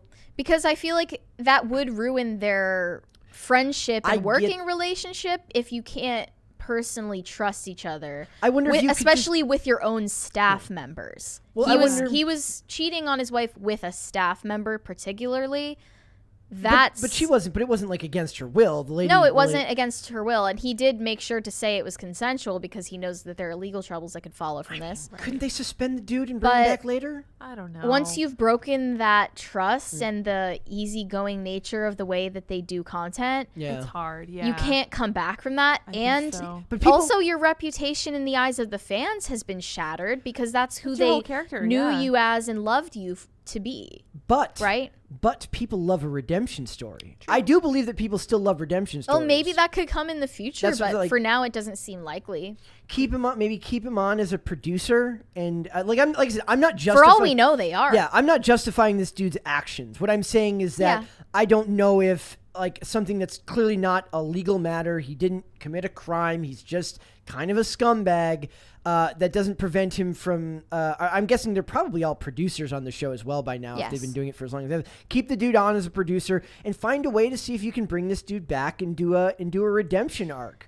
I mean, for all we know, all that's been revealed to us, he could still have financial stake in the company, and he could still have creative control of some kind behind the scenes. Yeah, it's also possible that there was other stuff going on here that they were kind of looking that they don't want to talk about. Yeah, they were kind of looking for a reason to get rid of him anyway. Well, that's pretty common in that. Maybe. In that industry. Right. But they also thrive off of the idea that they're close friends, and that's a selling point of their brand as well. If you lose that, and then he loses his character as a family guy, it's going to be hard. That's hard. Then the fans don't want to buy your product anymore. Right. And that's hard when your real life becomes intertwined with your online, like with your digital life. Your brand, and that's not easy to turn both together, because then when somebody steps out of line, everybody is then affected on the hook, and then you have to ask them like, what, it's one of those times where you can actually say, what were you thinking? You weren't thinking of anyone else but yourself, because when the camera's off, you're not thinking of it that way. You're not thinking about what it's going to happen to everyone else when this happens, just like most people don't. Yeah, it makes me think of a band with like their creative differences. Like there's a reason that people always say this. It's hard to work with the same team of like small team of people in a very public setting for a really long time. They're a comedy troupe outside of the Try Guys. The first thing I thought of when I think of comedy troupe was those guys who like in Toronto who like canceled themselves for not being diverse enough. Do you remember that? No, that sounds amazing. There was like a comedy troupe, and they're like the people good. were like, "You're not diverse enough," because it's like 4 white guys from Canada, because it's Canada, right? And they're like, "We are so sorry that we are not," and they literally stopped being a thing because people told them they were bad. Well, because the Try Guys were formed in 2014, before that would have been a problem that they're all white. Oh no, this group was too. But they're like people are like, yeah, you have to retroactively apologize for so stupid being who you are. I guess. So it says, thanks to everyone who has reached out to me. It means a lot. Nothing is more important to me and Ned than our family. And all we request right now is that you respect our privacy for the sake of our kids. This is Ariel. Yeah. Yes, this is his wife. They do have kids. Oh man. So that sucks. 2 babies. One of them was born in 2018 and one was in 2020. Yes, the sperm count wasn't that low, but geez, keep it in your pants, man. There was an amazing chat that I wish had been a super chat yesterday, where they said Alec Baldwin has 7 kids. Take that, and Helena Hutchins, he's never shot a blank. Oh, he never shot a blank in his life, right? Oh my gosh. Oh no, I was like, why didn't you read that on Airy Ben? I was like, that. So bad. It made me giggle. It's Alec Baldwin, man. He's like, what's the meme? It says like, I stand behind Alec Baldwin, because I'm sure as hell not standing in front of him. You know why it's so much easier for mainstream celebrities to recover from scandals that are far worse than this, than just an affair? It's because people don't form the similar parasocial Yeah, relationship absolutely. with them that they would a YouTuber. That's why I tell them not to have social media. I like, tell these celebrities, I'm like, don't run your own social media. It's bad for you. Yeah. Seriously. This job for the Try Guys, it requires them to be intensely engaged with the audience. Yeah. Like even us, like I tell people to follow me, and like I respond when I can, but it's like you don't have like, we're also like, it's different when you're like smaller and you have to like, you're doing all the work, and it's not like you're handing stuff off to other people. You're very busy all the time, Right. but you still want to be as try to be engaged, but you also can't all the time. If I was a mainstream celebrity with the mainstream apparatus behind me, I would never even think of using Twitter or any of these things. I would just let somebody else do that. Well, the default really, because human psychology cannot help it, is to feel like you have a personal connection with someone whose face is moving in front of you and speaking to you. You don't register that it's on a screen. Yeah. And we can warn against it all we want, but it's undeniable that this happens. It even happens here. Like, we can tell the audience right now, don't trust us or like us for who you think we are off screen. Yeah. Like us for what we are right here, right now, and what we do here. Frankly, I'm awful. Why would any no? We could be, for all you know. I'm Literally, pretty, and it should salty on only Twitter. matter what we offer to you right here and now. Yeah. But because of human psychology, it's literally Very impossible not to form that parasocial bond. That's definition of separating the art from the artist. Mm-hmm. So you need to be able to look at what someone produces and kind of you just That's a have little bit to. harder here because our opinions are so directly tied to what we're creating. And it's also inherently imbalanced because we are required to have all the vulnerability. Yeah. And the viewer doesn't have to give anything. One of the things that I struggle with most of the time is like I read a lot of comments that are very eloquently written, and I am a far better spoken person written than I am linguistically. So I actually feel like I'm at a disadvantage most of the time when I'm trying to make a point, and then I read somebody who makes the same point, but they make it far better. And I'm like, Not I fair. might have been able to do that if I had been able to write this out, but it's not going to be authentic. Like there was a time when I was trying to take more detailed notes and be more prepared in how I would speak, and it doesn't work. It doesn't work the same way. So- Ultimately, you hard. just have to develop it as an off the cuff thing. Yeah, it's a practice, unfortunately. or unless you're me and you get really mad and then you can't even read because you're so mad, you're just annoyed just going off. at Elizabeth Banks. It's great. Everyone loved it. Don't worry. I mean, I'm annoyed at the Try Guys Yeah. But because you're more stoic than me. I always knew that this was a justifiable punishment. Like Okay. they always postured themselves as male feminists and as the most harmless. That's what it is. It's Maybe it's looking harmless that they're obsessed with. the very Right. definition of the Jordan Peterson bit about like you have like you're just because you're harmless doesn't mean that you're not dangerous. Yeah, you know the what I mean? more Like- more work it takes you to seem harmless to people, the more dangerous you are in reality, right? Well, Jordan Peterson says like you don't want to be harmless. You want to be able to have the capability of being dangerous, but be able to harness it. But as we know, male feminists prove time and time again that looking would- harmless does not actually make you harmless. Yeah, that would require integrity. So maybe what they could have done is a try marriage counseling.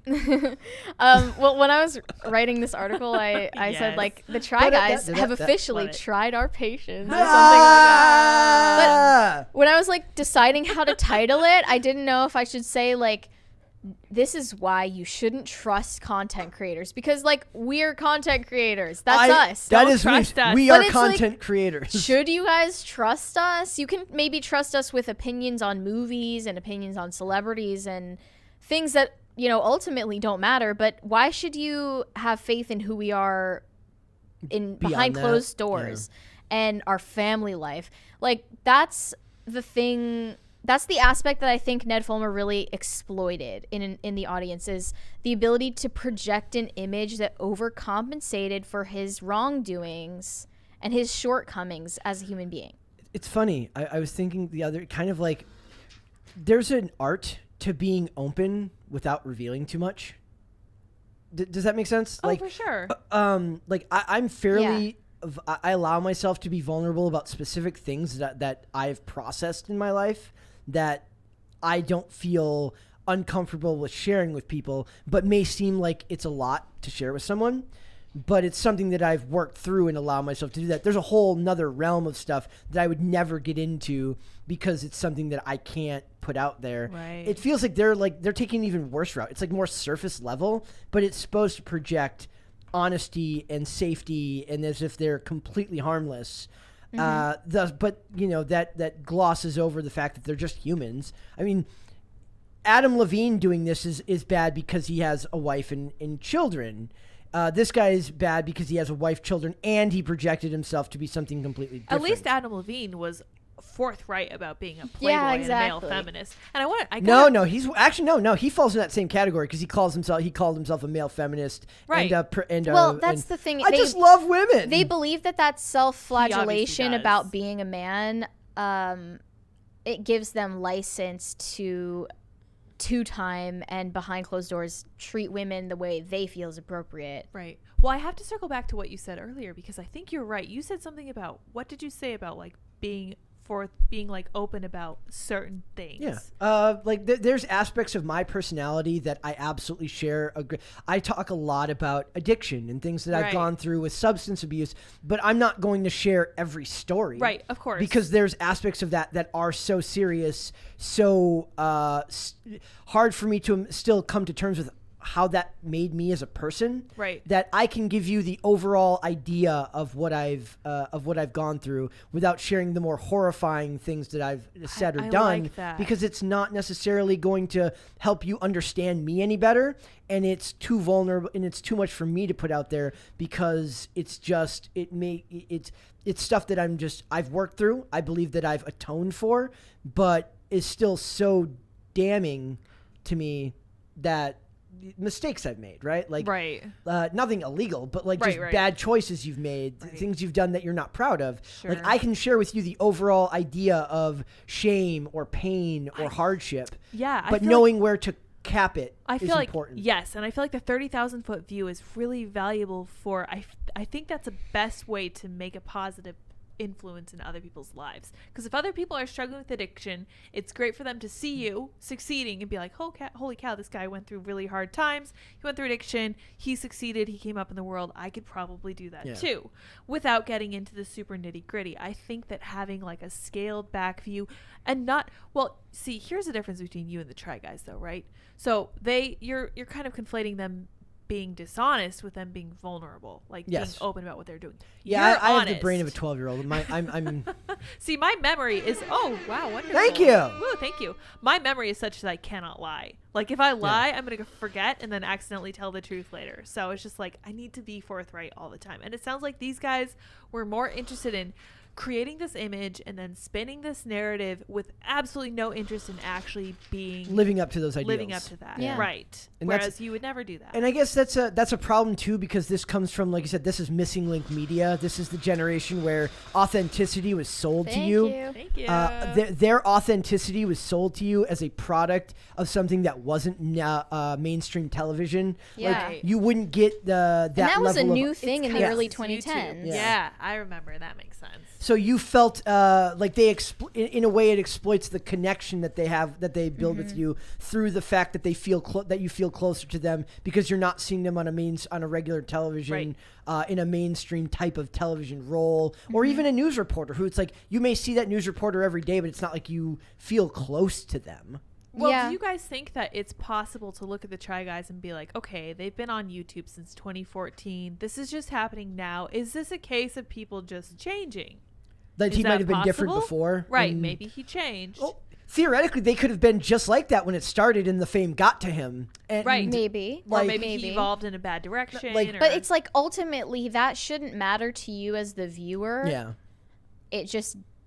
sometimes you can't help it. I think I'm a naturally cynical person, so like even when I was like 14, 15 watching these stupid videos where like, I don't know, they eat octopus or something, like I just naturally did not care who they were in their private lives. Yeah. Right, I cared about the content that I was watching. And a smart person would understand that they're not the same but thing. a lot of people can't delineate like between who they are as people and who they are on the screen. And YouTube like does behind blur that. Yeah, different. camera. I mean, you hear a lot about like YouTubers who like bigger YouTubers who have large size channels who can be very different in person because they take advantage of the fact that they are given the benefit of the doubt automatically by their audiences. And I'm not even sure that necessarily makes them bad. Time and time again, we've seen that disproven over and over. In fact, YouTubers tend to be worse people than the rest of the population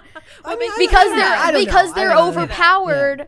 They're overpowered by the money that they've gotten off of doing relatively little, right? It can be intoxicating. And I've heard of this phenomenon happening. You get a bunch of money, you've never had it before, and it changes you. I mean, think about Logan Paul S-word Forrest incident. Yeah. A lot of people would say they're better than that or they wouldn't be capable of that, but you weren't in his position. You don't know the grace until of you God go we, honestly. Yeah. So, like I said, my immediate instinct is always to, like you said, 30,000-foot view is that firing the dude because he cheated wasn't necessarily the right move. But Mary makes a much better point that when your career is more linked connectively to who you are.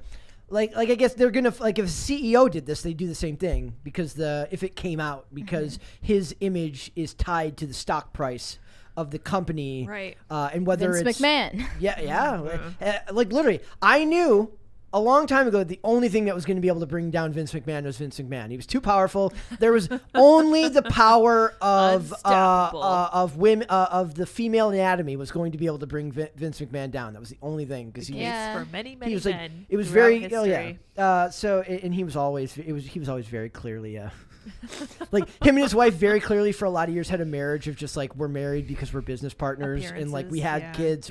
Maybe we loved each other like that at one point, but now it's very much kind of like a transaction. That sucks for them. Their life is too intertwined now, and they're too busy anyway to really think. Yeah, like don't worry about it. Just sleep in separate beds and just not sweat it. Yeah. So it's like seeing that happen, and it's really funny now because Triple H took over and he's doing like really really well, and everyone knew he would do really really well because he's younger and understands the business. And knows what fans want because he's more connected. He's not 800 years old, right? So yeah, it's funny watching him do good work after Vince McMahon literally having to have the company pried from his hands because he couldn't stop having sex with women and then paying them money. Calm down there.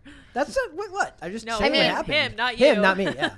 Yeah, like men in the public eye are not doing the best at maintaining their reputations right now, are they? Like, yeah, it's kind of falling apart. First, we've got Adam Levine getting flamed for awkwardly flirting with Instagram thoughts. That's even worse because it's not like he actually slept with them. You've got like Tristan Thompson walking out on his infant and choosing an OnlyFans model over Chloe. Couldn't even choose a regular model. Had to choose an OnlyFans model. Even worse, right? Even worse. And then you've got Nick Cannon on his ninth baby. Yeah. Maybe ninth baby harem. Mama. Oof. I don't know about his ninth baby mama, but I ninth. think it is something like somewhere that. close it's to insane. it. This guy's crazy. He thinks he's Genghis Khan. I saw another great meme of him where it's the scene from The Dark Knight where Lucius Fox is in the room with all the cameras that Bruce Wayne set up that tap into all the phones in Gotham. And it's like 300 screens and says Nick Cannon talking to his baby mamas. I saw a tweet that was flaming him for not financially supporting them more because one of them I think went back to work less than a month after giving birth. Wow. Yeah, how much is he paying him? I mean, he claims that he chooses his baby mamas very thoughtfully based on which ones will be able to financially support themselves and their babies. So shady. Well, isn't the point on their own? But I don't think you are financially able to take care of yourself and your baby if you have to work less than a month after giving birth. But he was like, it wouldn't matter because he's legally responsible for taking care of them anyway. Yeah, he is, but he doesn't really go as above and beyond as he could, right? Yeah, I mean, really, if he cared, he would probably just settle down with one of them, right? Well, so it's besides the point. He's not going above and beyond at all. Like, no. You'd think if like your one singular Get pursuit. Nannies. You'd think if your one singular pursuit was to procreate all the time, minimum. that you would go above and beyond. It's about procreating, but not raising them. Yes. That's right. Jeez. Let's go to super chats. Bobcat said, "Didn't Try Guys do that show with Brandon Herrera where they put guns on robots and tried to push a crazy anti-gun narrative?" I don't know. Sounds about right. Yeah, I watched their Try Guys Try Shooting Guns video, and was that Brandon? It was relatively even keeled. I didn't think that was the same thing though. How long ago was that one? If it's even keeled, it's old. Been a while, yeah. But even then, like 202015, That's pretty. you That's still can't pretty early. say anything neutral about guns then. I think you could. On BuzzFeed. Oh, on BuzzFeed, no. Oh, no. yeah, no. Yeah. And I was surprised that they would do a video like that anyway.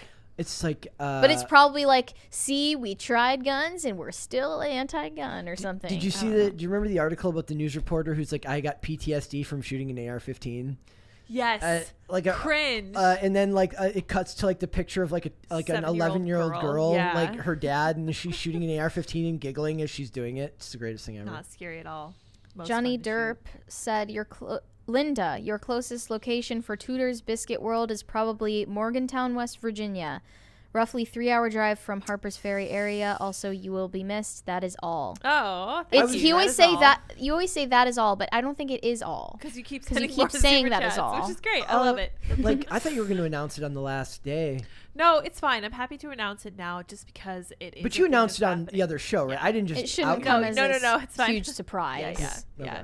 It's Yeah. all good. We're kind of soft rolling it in there. It's no We've got one worries. more week. Yeah, we have one more week of Pop Culture Crisis, and then I'm on my way. Oh no! no. It's the arms of the angels.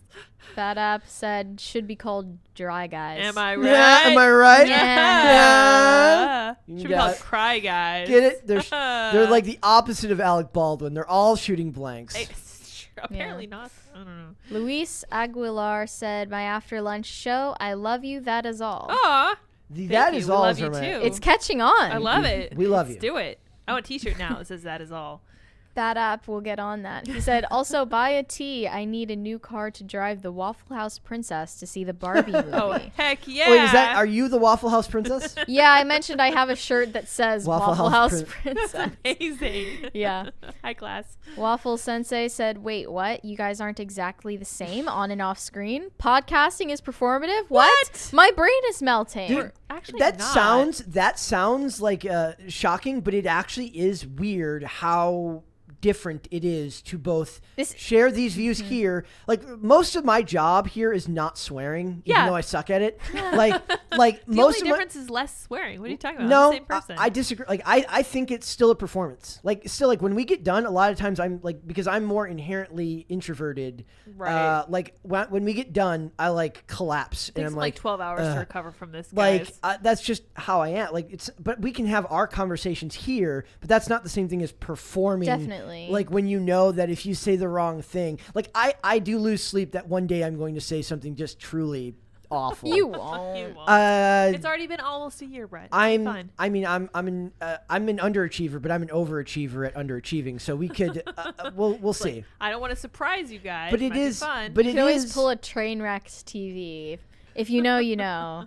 so it is a performance of sorts. Like you definitely feel a little bit drained when you're done. Maybe you don't, but I do. It depends on the show. Yeah. Definitely. But I'm also a little bit more extroverted, and I want to decompress by hanging out with people after or whatever. Bobcat said, "Sorry, I did a thing, not Try Guys, that tried to make Brandon okay. Herrera look bad. Sorry about that." Impossible to make Brandon look bad. He's great. He knows what Okay. he's talking about. Very good sense of humor. You been on the show? He's too busy to respond to me. I know. Called out officially on See, PCC. this is why I mean I wouldn't be able to do your job anyways, but I definitely wouldn't be able to do it because I'm not getting left on red. Dude, So you take it personally? I would take it personally. You can. Yeah. Everyone's busy. And I understand. No, I miss like emails. it's one of those okay. things where like a lot of times like if I send somebody a message, like I'll delete the message because I don't want to see if it ends up on red. Oh, But they're Brett. gonna see that you can't. unsent it. No, just No, delete it I from his inbox. delete the message so I don't have to look at it. Oh. Then I'll That's get a funny. response like later and have You're no like, idea wait, what they're talking about because I don't remember what I said You in can the just message. archive it, okay? Just no, archive you can't stuff on that you can't on IG. Bro, Oh, this is okay, ridiculous. Uh, But if you unsent it, they're gonna see that you unsent it. Does not unsent it. I just delete my copy of it. Okay. And then he forgets just what he for was your asking psychological about. peace. Yes, exactly. Protect your peace at all I times. You're have- a unique guy. I've been known to bury it. Like if I don't want to see that I Yes, send yeah. a message, Or you send like You 8 other send, messages. yes, yeah, you send them, like, I'm Send a like, bunch of looks like a messages. bunch of my like group chats need a new meme to be sent, so new that like meme, a bunch right of ones, now. so Yeah. it gets below the fold. You bury it so you can't below see it, so you anymore. can't see it. Yeah, Wow, yeah. okay. I'm not I saying understand. it's sane. I'm not saying it's rational. I'm I- just saying it is what it is. I used to be like that, and then I got into this business, and I just discovered in my spam folder Well- the other day something from some lady who was like, "I want to come on. Can I make this happen?" I was Yeah. like, oh crap! I never got back to her. Can we do an about audio? this. Is my audio sound good? Have you Everything died? good? Everything looks Are fine. the people Still in the on chat YouTube. saying there's something's wrong? No. I just What's my up? mic popped for a second there. I think we're Oh. good. Brett's Okay. psyching himself out. Looks fine. Yeah, looks It's good. like I just shared too much. I just told everybody about Tech my, issues about ensue. about my message insecurity. no, that's the last You're I'll one hear of a from kind. you. James Orenthal once said, Sour Patch Linda once gave a shout to Lola and Sayuli Sayuli on the Chris Oh, Barron yeah. episode, so hopefully someday we'll get to meet her outside of the Beanie Media universe. Best wishes and Godspeed on your next chapter. Thank you very much. I Beanie Media appreciate it. Universe. I love That's it. right. I saw BMU. some BMU. Yeah. one of my like I've taken to going back and watching. I don't really watch it because I can't bear to watch my own performance or as you know, I can't stand the sound of my own voice. But like Bad news I've for you. listened to some of the live chat just to see like to get a tone, a feel for what people are saying about it. I And love one of the our things chat. that yes, we have a very sane. I need no hazmat suit when going through No, they're our. so We are sweet. grateful to have you our guys. live chat. Yeah. But one of the things that I liked is they said that it was like they I don't even know what they're talking about half the time, but it's such a nice it's so presence. nice that they're not talking about Civil War. There you go. Yeah. And that's good. We try not to. Yeah. Well, like I keep saying, politics is downstream of culture. You need to know culture. Come enjoy the culture. Maybe we could like when we get that if we ever have Tim on, it'll be if they ever make a Civil War movie. Like then we'll have Tim on for that. And Civil War expert. episode. I mean, I wouldn't. I like. I kind of like that we built our audience. Without like on our own, right? Like we've done this for the most part on our own, without a lot of crossover. Like it's not like Yeah. we go on IRL. Like Which is great. You're Yeah. like an independently standing thing. it is its own thing. I love it. That's what we want to be. Heck yes. Just kidding. IRL is our offshoot podcast. Yeah, That's well, right. they'll It's true. they'll get our size. They'll get to. Someday. They'll get this to our level size one day. eventually, can only and then we'll hope. be able to take a back We seat can in this only company like hope. we deserve. Badav asked a funny question. Who's the biggest POS IRL Oh. from the Timverse? Let me tell you, Badav, it's me. Is it Mary? It's me. Are you flaky? Because that's what makes someone a big POS. You to think me. so? Yeah. Don't flake on me. You're please. probably an expert in I'm like, please experiencing come people's when you say you're gonna flakiness. come. Yeah, it's a hard thing to do. So I'm literally like that's the perfect time to say I'm not answering. I get to finally say this. I'm not answering pleading that. the fifth. You have to huh? say bad app. I'm not answering. Bad that. app. I'm not answering that. There you I go. plead the fifth. I love everyone. No, here. it's unironically it's me. Oh, is it? Okay. It's Capers. not. There is no answer to this question. There is none. Do not listen to her. She's being self-deprecating. Okay, sure. Sure. Caper2X said, now heard this, the phrase that's all. It is a Navy communications term, peeps. It means the end of the message. That's all. Oh, Roger. Okay. Okay. Same idea. Yeah. We should start communicating on CB radios. Yeah, we need some walkie-talkies. Yeah, That actually would let's be kind of helpful go. in this huge Over? facility. Over. Over. It's over. Devi Maximus said, what is Lydia moving on to? We are going to move to be closer to family. I'm really excited about this actually because we're going to be building our own family, doing our own thing, and it's really important for us to like build our own like Wait. in real life community. When I saw that you posted like new like big message, I'm like maybe she's pregnant. No, You're no, going from one yeah. IRL community know, to, to an an actual actual IRL Yeah, community. yeah. Huh. Yeah, I know. I'm Rascal excited. King said, anyone remember the Samantha Carter comment on episode 1 of SG1. SG1? Stargate. Stargate 1, Yeah. where she said something about her genitals being on the inside. What? The Rascal King does. Ah, I'm sorry. Tim That's a would be terrible the thing to person to have remember. on if we were going to talk about Stargate. Tim I loves. used to like Stargate. You like Stargate? He has Yeah. opinions. To share. I like. It's really funny that he hired me of all people to do the pop culture show because I don't care about Star Trek. I don't care about I don't care about Stargate. I don't care about Battlestar Galactica.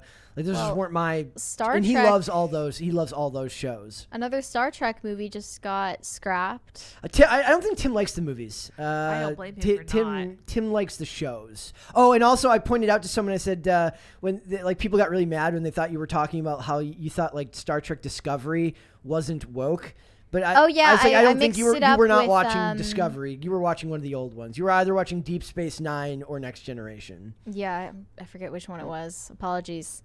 The Roaming Bandits said, "Is cheating on your wife low T or high T behavior?" Well discussed. Where did What do we you guys land think? on Where this? did we land on That's this? a very honestly, like I don't know. I said low T. You think it's still low T? Okay. First of I all, don't because we know. know he has low T and he's done it, therefore by I definition, mean, how do we even it know is a that's low T real? It thing. could have been they could have thought it was funny and just faked it. Nah, they faked it. they didn't. I think it was real. I mean, like Why would they intentionally play into the soy boy beta because thing? Yeah. because it's They good for their want bottom that? line. That's They- like yeah. that's almost worse than it being real. Is like intentionally humiliating yourself that way. Well, yeah, like you said, it's part That's of like their image. psychotic. It's kinda. part of their appeal. Yeah, their image, not their appeal. But like you said, very very safe, very very. I don't know. I don't know if that's high T or low T It's behavior. proven that after, like, if a man is pair bonded to a woman after she gives birth, his T levels will decrease Right. to be more nurturing than he naturally is. Right, because he's a dad now, which makes sense to me. Can I read this one that's Don't kind of know. a criticism before we move on? Yes. Okay, so Mitch says, love Liz, but I honestly don't think she can carry her own cast if that's what she's going to try to do. We don't know. You need to stay tuned to what I'm up to because we have a bunch of things in the pipeline, and it's not going to be like what we did here. It's going to be something totally different. And Well, I'm very can you give us a hint? I don't want to ruin it. Okay. It's going to be interesting. Stay tuned. You will not expect it Oh, from me. I'm super interesting. conservative. You Oh, won't expect it. Oh yeah. I think you probably know what I'm I talking know. about. I got the inside track here. Brett's I'm got on the scoop. I got the scoop. Follow me on social media and I'll give hints. you No, won't. I won't Shut do up. that. I won't do Don't that. do it. Okay. All right, guys, we are moving on to Podluck. We got a couple of them today. The first one is interesting. The second one is hilarious. Oh, boy. But the first one says Warner Brothers is being sued for allegedly embellishing subscriber numbers. Uh-oh. What does that mean? That sounds illegal. That sounds like a illegal. lie. So it says, in a new report from The Wrap, Warner Brothers Discovery is being sued by Illinois-based shareholder Collinsville Police Pension Board in a class action lawsuit for allegedly misleading shareholders about the number of subscribers for HBO Max. Wait, Brett, why is this police pension board suing over bizarre, the number? I don't right? understand. Can you explain this I mean, to they us? can't be. Is a pension board not allowed to be a shareholder for a company? Are they? Yeah. I don't know. Oh, interesting. They wouldn't be. I guess if that funds police, like retired police Yeah. pensions. they would invest- need to know. They yeah. invest They in invest in Fair. the market. That's very Fascinating. common. I mean, isn't that how a lot of the This is Ponzi weird. schemes take like whole like pension funds for their money? Yep. So it says the lawsuit states that during the merger of Warner Brothers and Discovery, they overstated the number of subscribers to HBO Max by as many as 10 million subscribers by including as subscribers AT&T customers. That's not phrased very well. By including as subscribers AT&T customers who had received bundled access to HBO Max but had not signed up for the service. The funny thing is, Disney did the same thing because they had a package deal, if I remember correctly, through Verizon, where a bunch of people got access to Disney Plus, got a first, like you renewed your Verizon contract, and with that you got Disney Plus, and then you had to decide later whether you wanted to keep it or not. So would that have counted towards their subscriber count? Disney might just have better lawyers. Interesting question. That Bob Iger or that Bob Chapek probably just has better lawyers. Yep. Says so basically bundled customers with access to HBO Max but had not signed up for the service. It names Warner Brothers CEO David Zaslav and CFO Gunnar Wiedenfels. It's an Interesting name. awesome name. I have awesome. a friend named Gunnar. A friend named Gunnar. We know a puppy named Gunner. And he's my friend named Gunnar is the most adorable looking Gunnar you will ever see in your entire life. He was he is. He's a yeah? good dude. I know a lady Gunner. Really? She's a little puppy. Oh, it's a She's dog. adorable. Yeah, we love her. We all I was know like her. an actual woman named Gunnar. That's Yeah, it's a kind of lady. awesome. Yeah, it's a cool military name. I like it. So it says hundreds of thousands of plaintiffs. They are seeking a jury trial for monetary damages and alleging 3 independent Securities and Exchange Commission's violations. Discovery shares were initially valued at $24.78 in April, while the current value of Warner Brothers Discovery stock is valued at $11.32. Slashed. Yeah, well, I think that was to be expected through the merger, that it'll take time to rebuild. That's fair. So does this seem like I think they could win this lawsuit? I mean, I don't know how long they'll have to be at court. A lot of times I imagine companies decide just wait you out and just Oh, I'm sure. Right. Or settle out of court. Yeah. Typically, that's what happens. Like, we talked a lot about this. What was it we were talking about the other day? We were talking about a company not being honest with their... Oh, wasn't that yesterday? Yeah. But what were we talking about? We were talking about, like, they can't lie about this type of stuff. Were we talking about Disney? My notes. Like, we were talking about Disney, but we were talking about this, like, I brought it up because we were talking about also about Enola Holmes. We were talking about how these companies judge how they make their money, right? So, like, it doesn't make money the traditional way. You have to judge it by subscriber count. I think we were talking about the box office success that's possible for Avatar and how they could possibly fudge those numbers by buying out theaters and just, like, to inflate their box office success on opening weekend. Which and then that's what Hannah Claire thought. And I was like, well, that sounds like you're lying to your shareholders, and you could get in serious trouble for that. Yeah. So if Disney, like, a lot of people made those allegations when Captain Marvel came out. They're like, it says it's sold out everywhere, but I'm going inside the theaters taking pictures and there's nobody there. There's no way to prove that. I'm not saying that that's true. I don't know. But I'm saying that if they did do that and they're like, look at this $1 billion movie, our stock price has now gone up because it's increased shareholder confidence that people actually like what we're making. Right. That feels like a house of cards that could come down eventually. Feels shady. Right? I agree. Not good. There have been so many things lately I've been like, well, surely they can't lie about that, right? And then you're like, actually they can, and they have been this whole time, which is very disillusioning, but good to know, I guess. Well, the financial markets always seem like a house of cards when you get into this stuff. Yeah, there's a reason for that. When they do these bundles with a cell service, and you have access for a limited amount of time before signing up officially, I would have thought that they automatically subscribe you, and then it's just a free trial, and then they start charging you after a certain number of months. Because the card is probably attached. So they're not going to lose those numbers, right? Well, it depends. I mean, like that, and it might take somebody a couple months of getting charged and wondering where Which the is hell so is dishonest, by the way. Yes, because you had that access forced on you anyway. Yep, that's one of my. I realized I canceled a streaming service the other night. Which one? Disney Plus. Don't blame you. Yeah. I will. What are you gonna do now? Now that we need to. We're not watching Andor. We're not watching Andor. Like, nope. I don't know whatever Marvel thing we have to watch next. We'll see in the theater. I guess. I don't. What about Little Mermaid? Theater. Oh, that's not going to be a Disney Plus thing. It's on Disney Plus. It'll be in the theater, won't it? Mm-mm. That's even worse.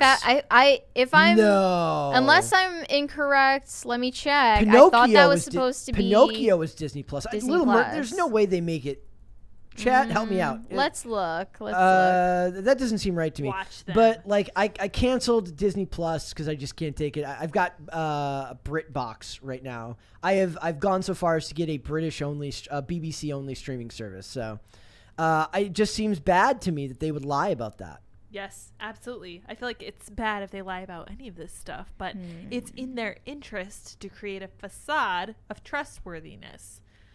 So so the stock was devalued. It says the lawsuit says that among several things, other adverse information being kept hidden, the merging companies overstated the subscriber base. So Warner Media was what is this word? Improvidently? What does that mean? Imprudently? Improvidently? What does that mean? Let me see. I'm highlighting Providently. Concentrating its like of Providence. Yeah. It looks like they're saying it says concentrating its investments in streaming and ignoring other business lines. It's not foreseeing and providing for the future. Okay. Yeah. Well, now they're trying to do that by focusing back on theaters. Interestingly enough, by dumping Batgirl and focusing back on actual movie theaters. Right. So it says more than 700 million shares of Warner Brother Discovery were issued to Discovery common and preferred shareholders pursuant to the merger, the lawsuit states, meaning hundreds of thousands of people could potentially join the federal securities class action filed in New York City. I don't know. I would imagine this stuff happens at all of these companies on some level because it's just clever marketing, or I'm sorry, it's just clever bookkeeping. Right? Right. Like, oh, yes, of course we have that many subscribers, not mentioning that there's a cell phone provider that's providing like a quarter of those. So, Yeah. I don't know. And before we go, I do want to talk about Top Gun Yes, Maverick let's one do more it. time. Except for it's not Top Gun Maverick. Dun dun dun. Dun dun. I'm looking around to see if The Little Mermaid is going to be a streaming I guarantee you release, it's going to be but I guess if theater. not otherwise specified, it should be in Theaters. theaters, right? Yeah. I bet you it's But a I theater. don't know. I thought Pinocchio was going to be in theaters too. All right, so guys, What's this twist? okay, so we had Top Gun Maverick, and it was fantastic. Everyone loved loved it, especially Brett. Brett loved it. Oh, Just talking Brett. like that. China is making their own version of Top Gun Maverick. Everybody their wants own Top ripoff. And it says China prepares to debut Top Gun ripoff during communist holiday. That sounds like they just took the original Top Gun and edited things out that they found too patriotic, but no, they're really making... Top Commie. That'll be called Top Commie. No? I mean, what do we know about the storyline so far? So it says the most prominent film debuting on Saturday, officially the National Day, is called Born to Fly, a film about Chinese communist military pilots who test out state-of-the-art fighter jet technology. The patriotic military film appears clearly inspired by a global blockbuster, Top Gun Maverick, one of the highest-grossing films of all time. China banned it from its theaters for reportedly being too favorable to America. By that, they mean literally favorable at all. Yeah. Like, literally, Yeah. they're so spoiled by Hollywood being so anti-America that they're not used to anything being pro-America at all. And also because they had the Taiwanese flag on his jacket. Right. Well, nothing is good enough for the CCP because if we send them a movie, like if we export a movie that isn't patriotic or masculine enough, then it won't be accepted there, won't be shown there. Yeah, and that's a then if big it's thing. too masculine and if it's too patriotic, then it can't be accepted either.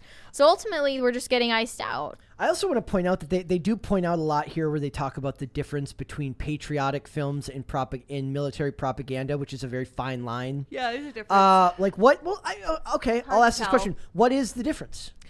So you can and should be patriotic to your country without needing to have the military in the picture. Or the government to your country, to exactly. its citizenry. I talked about patriotism the other day on one of my Twitter spaces, and I was talking about how patriotic I am and why it has nothing to do with the American government. Yeah. I love the American people. I love our beautiful country. I love think how this is- generous we are. I think You could that's even where have a movie that has an anti-war sentiment and Right. it's still a patriotic film. Right, you I could be think this is where anti-military. I think this is where like the right and the left lose each other on a lot of things because the right people on the right can be very critical of government, very critical of the military, but there's still a deep underlying sense of patriotism that I don't feel that many on the left feel anymore. That there's a deep. I was listening to an old song from a group called London After Midnight, and they have now I can't remember the name of the song I was listening to is Demon, but they have a song that's called it's literally called like America as a Parasite or something like that. What? And it's like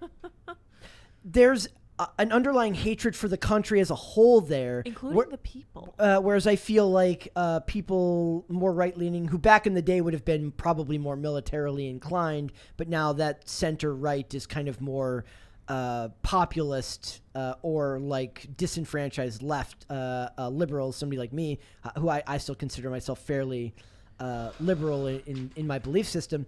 Like, I never understood the dislike for your own country, which I always noticed from my friends, right? It never made any sense to me because they all had good lives. Right. Like, they were all born into decent families. They grew up in middle-class suburbs. Maybe they were on the lower end of that socioeconomic scale in that community, but they weren't struggling to eat. This is the definition of good times making. Yeah. Not weak, but ungrateful men. Yeah. People who don't appreciate what life could be like. And most of them had also never traveled out of the U.S., so they didn't really understand. There was no That's the perspective. real It's pandemic. exactly that that attitude that you say prompted movies like American Beauty. Yeah. The boredom with how comfortable it is to be American Yeah. comes out in movies, and it feels so empty to watch films like that. Yep. And that kind of went away after like Occupy Wall Street and the banks failed and everyone's 401ks went away. Now they're like, maybe that 9 to 5 with a pension wasn't so bad after all.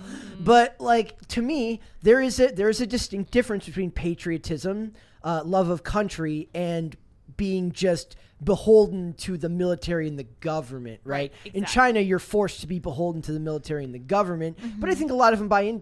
From what I see, a lot of them seem to buy into it as well. But they might not have the ability to, with so much censorship. You can't have a career as a celebrity in China. We were talking about this the other day, And be unless you anti. toe the line. Right. And True. it also, if in your personal life you're found to be guilty of not just like personal dysfunction, like drug use or whatever, sexual Video game improprieties, if you are politically incorrect there, which they have a much different standard for than we do, obviously. They have a social credit system. If you are politically incorrect, then they can require broadcasting networks to blacklist you, ban you. Right. You can't have a career anymore.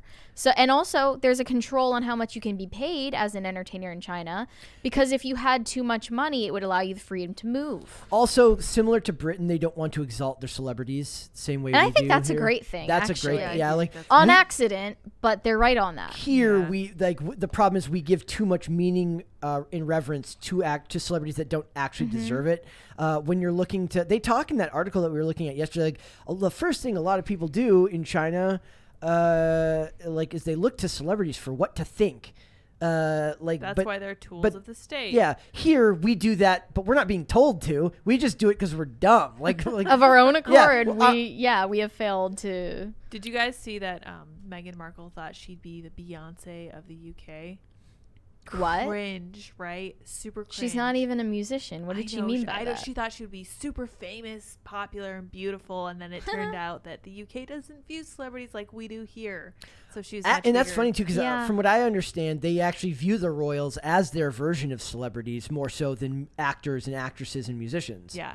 Like Think about the worship for someone like Princess Di. and they made it about race. That could also just be about borders. Like that just should just be that they just didn't feel like it's got nothing to do with her race. It's got to do with the fact that she's an outsider. Right. That she's The UK not. does have a different celebrity or a different view of celebrities and of royalty, but I think they seem to have like they're more starstruck by musicians Yeah, They yeah. have good than musicians, by to be movie fair. stars. And Yeah. that's interesting Theater is a because- lot different, and films and TV shows are a lot different in their minds than music acts in the UK. In the UK, yeah, but Yeah. also Don't you think? Korea, because their musicians are made on the factory line of being like the exact perfect version of what they want. Hugely different. Hugely different, and yeah, they've also got and I'd also argue that their theater performers are more highly revered by their public than their actual movie stars and actors, because theater is so much more prevalent out there than it is here, from what I understand.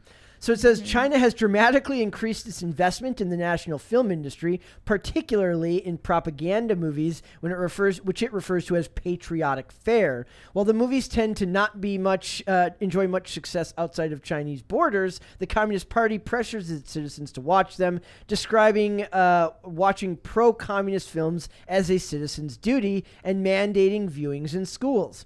China operates a national social credit system that grades citizens based on their perceived loyalty to the regime and bans people with low scores from using public services like transportation, which also pressures citizens to make time to watch patriotic films out of fear that they are not doing so, that not doing so will lower their social credit scores. I mean, you could do that here with Uber banning you for saying the wrong thing. Banks banning You for saying the wrong thing. The movie's called Born to Fly.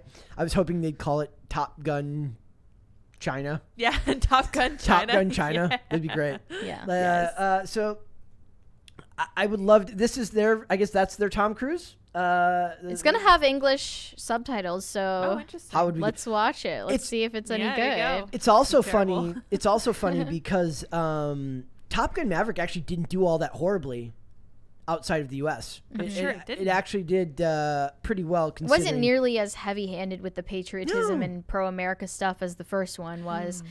I don't know if that's necessarily a good thing. It is a sign of the times. I was watching something the other day, and I'm not even going to try to pause and remember the actor's name because I'm not going to remember, but I was watching something, and it was an actor who was supposed to be in the original Top Gun, and he pulled out because he didn't agree with the movie's Cold War politics, which I respected a lot Yeah, more sure. at that time because it was very clearly there was no social capital to be gained from not taking that role at the time because it was a very it was still fairly pro-America for the country to be making movies like that.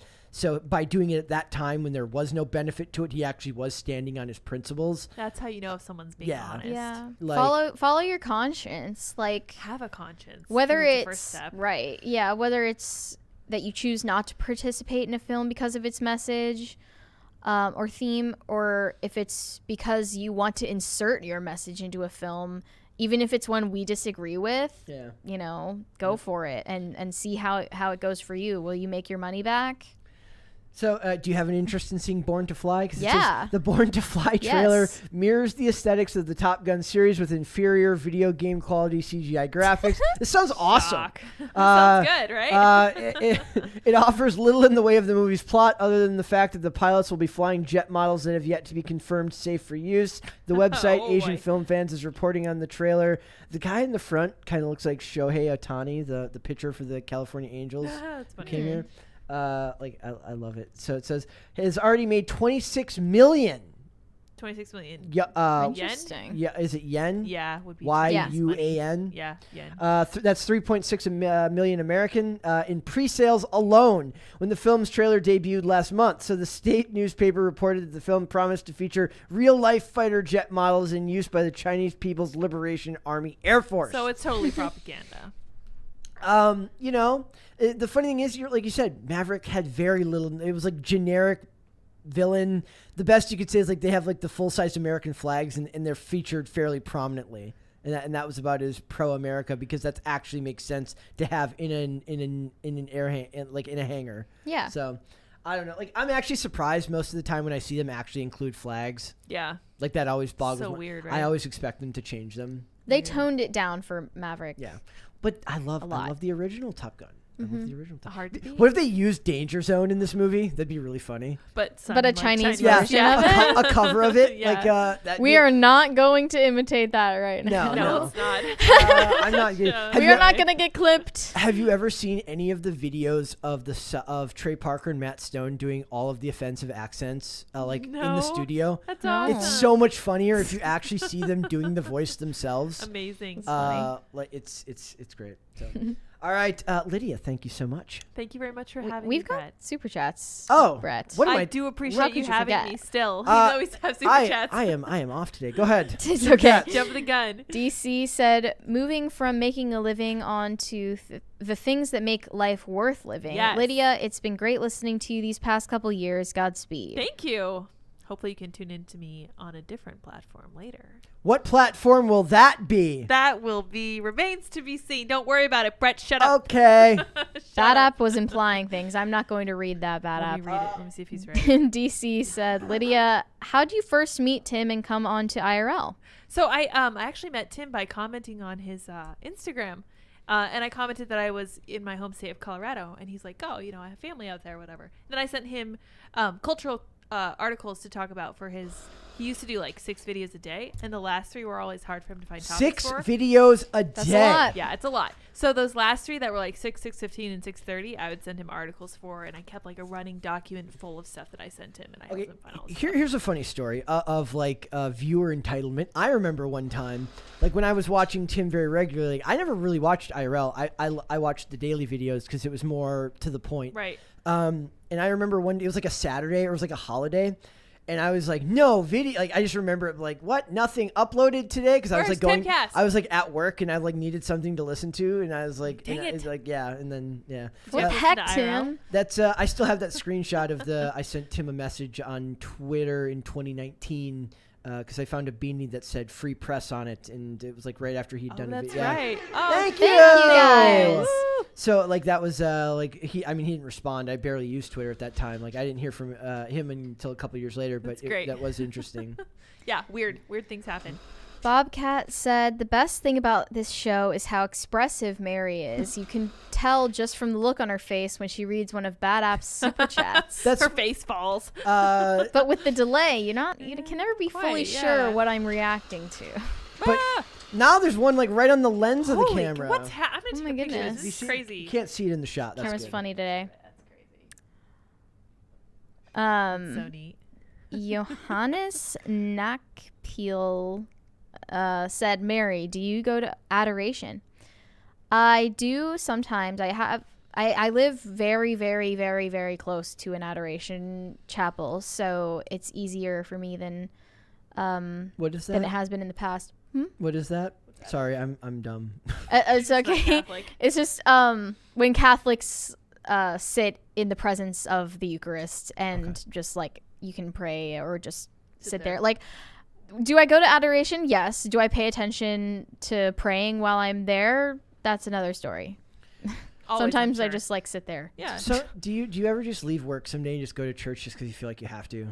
I mean, I was about to do that today, actually. Were you? Yeah. Like, are there days where it's bad and like you're like having a bad day? Not like a bad day, but like just a hard day. I've been there. Yeah. Not because of work. Okay. Waffle Sensei said, Lydia, as the future owner of Timcast Media, I do not accept your letter of resignation. Oh, okay. Thank you. Now get back to work. We need you here. I will have great replacements. We actually divided my job up into 3 parts, which will surprise some people who like to tell me I don't really have a real job, which is always fun. Yeah, I know, right? I was Wow. functionally doing the work of 3 people, which was really fun. But all of my replacements are great. The guy who's been making clips for us lately has been doing a killer job. Our views are doing great, and I'm excited for the future of IRL. It's gonna be good. Speaking of which, before we move on, I would love to, because I've been experimenting with like when we post our videos, because a lot of people were saying that like you're not going to get notifications if you post more than 3 videos a day. So what it is we're posting 3 segments a day, and then the 4th thing is the live. Right. So I don't know if people weren't getting notifications for the live because the 3 videos had already gone out, meaning that they wouldn't get a notification for that. I uploaded 2 yesterday, and the views did seem to go back up. So I uploaded 3 today, so I'm going to compare and contrast. I also re-added the number symbol to which was my conspiracy theory that like You're doing the science. Yeah, he's crunching the numbers. So what we're gonna see, I know that Tim talks a lot about not getting bogged down in analytics and to just keep doing the work. The fact of the matter is that there are so many different factors when it comes to the algorithm. Sometimes the algorithm is just that people aren't inside watching movies, like videos, or they are watching a movie, not videos, or they're at school, or they're outside. Like there's a lot of different things that could be, not necessarily just the algorithm. Caper2X said, happy trails, Lydia and Andy. That's all, DC boy. That is all. That is all. The Roaming Bandits said, I think a better saying is good times make entitled men. Definitely possible. Very true. Weak, entitled, self-centered. Lane said, you always have good takes on IRL. Gonna miss you, Lids. No one will ever be able to turn down Luke's mic like you do. I bet Serge can manage it. Like you'll have to like check in the show like early on and Turn- be like, turn Luke down. Send him a message like, could you turn Luke down, please? Turn Luke down, yeah. Just quietly. That up said, buy a tea. That is all. Subliminal. I like it. I like it. DC said, seriously, I support the work all of you do. What makes you guys truly great is the way you look out for one another. Growth follows greatness, but there's something special about getting to chime in with you folks while Conversation still feels intimate. Conversation still feels. They cut him off. Yeah, they that cut was him not off. us. That That's was rude. YouTube. That was Yeah. YouTube that cut you off. Thank you so much. Honestly, you. like You're generous, I yeah. didn't realize how much I really got connected to like being able to like answer the chats and stuff like that. I love because chats. when we've done a couple of episodes where like I had surgery a little bit ago, and we had to do like take 2 days off, and we had to do an episode. And Mary went out, and when Mary pre-recorded. we pre-recorded Yeah. episodes, and I couldn't believe how Hate kind of doing like that. how kind It of felt like lonely. it felt lonely, It's like hollow, yeah. like you're like, man, we're Well, not. Like, yeah, where's the conversation? We look forward Where's the to money guns? the feedback. What the heck? I can't wait for somebody to make a pop culture reference that I don't get and then get made fun of for not getting the pop culture I reference. love it. It's a Like, humiliation ritual I- every yeah, I day. live No, for it's that. not. It's Good not. stuff. So just like it means the world to us to be able to connect with you guys. So thank you Yeah. very much. Yeah, super fun. So, Now that we're done being sappy, yes, now- I'm more prone to sappiness than Mary is. To be fair, would you say? yeah, definitely. Yeah, like, I'd say so. You're a soft touch. I think that's a compliment. It is but a I'm not sure. compliment. Like, It's a yeah, good thing. Okay. All right, Lydia, let everyone know where they can find you. You guys can find me tonight on Timcast IRL in about 2.5 hours because we went late this evening. You guys can also find me on Twitter and Minds.com at SourPatchLids. Everywhere else, you can find at SourPatchLids.me. Me. There you go. Mary, where can they find you? You can find me on Instagram at Mary Archived, and whenever I post articles on timcast.com, I promote them there. Yes. You can also check out the Pop Culture Crisis subreddit, which now Yes, exists, right? Boy, yes. Dangerous. Who posted that recent edit? I don't know with who. Wesley in there The was Last a fan. Jedi. It was fantastic. Well, we were all cackling at it. It was great. I think that might be the new thing that I keep open, where it used to be Chet Hanks and Chet Formations. Maybe I'll keep the Pop Culture Crisis subreddit if you guys populate that subreddit with lots of memes, we will have material for meme review, and we want to make this a so thing. Fun. I love it. Yes. What a great idea. And Dane was very upset when he found out that I wanted to do meme review on a Friday because it feels like a Friday thing. It's the end of the It's week. casual Friday. Casual fun, Friday fun meme review. stuff. And Dane's like, he's like, but I do Mondays. And I'm like, well, I not guess you're going to have to do fair. both then. Oh, no. You Yeah. follow our rules, Dane. That's right, Dane. It's our You show. hear that? I know he does hear that. That's right. So, guys, if you want to check out that subreddit, is it r/Pop Culture Crisis? Yep, yep. Okay, so follow that. For the show, we are here Monday through Friday, 3 p.m. Eastern Standard Time. That is noon Pacific right here on YouTube. We got one more super chat there. Do you want to read that one? Let's see. Bad App said you can find lids on OF. That's not true. Sour Patch Lids with a Z. That's not true. False advertising. False advertisement. Thanks So, anyway, Bad App. But guys, I forgot. You can follow me on Instagram at Brett Dasovic. For the show, we are here on Instagram, not on OnlyFans. Correct. Never. Yes, Never on OnlyFans. OnlyFans. I mean, Hashtag as far never as you OnlyFans. guys know. So the show here Monday through Friday here, 3 p.m. Eastern Standard Time. That is noon Pacific. If you'd rather listen rather than watch, we're on Amazon Music, Apple Podcasts, Pandora, and Spotify. We do have people that listen rather than watch, so we gotta shout that out, and we gotta be better about pointing out when we see things on a screen that people that are listening can't see. So follow us on those platforms if you would prefer to listen. On social media, or on Twitter at popculture_show, Facebook and TikTok at Pop Culture Crisis, and on Instagram at Pop Culture Crisis Pod. We will be back. Did I do that right? I did that right. You did it right. I think that's all We right. will be back with another episode tomorrow. We'll see you then, guys. Later. Bye.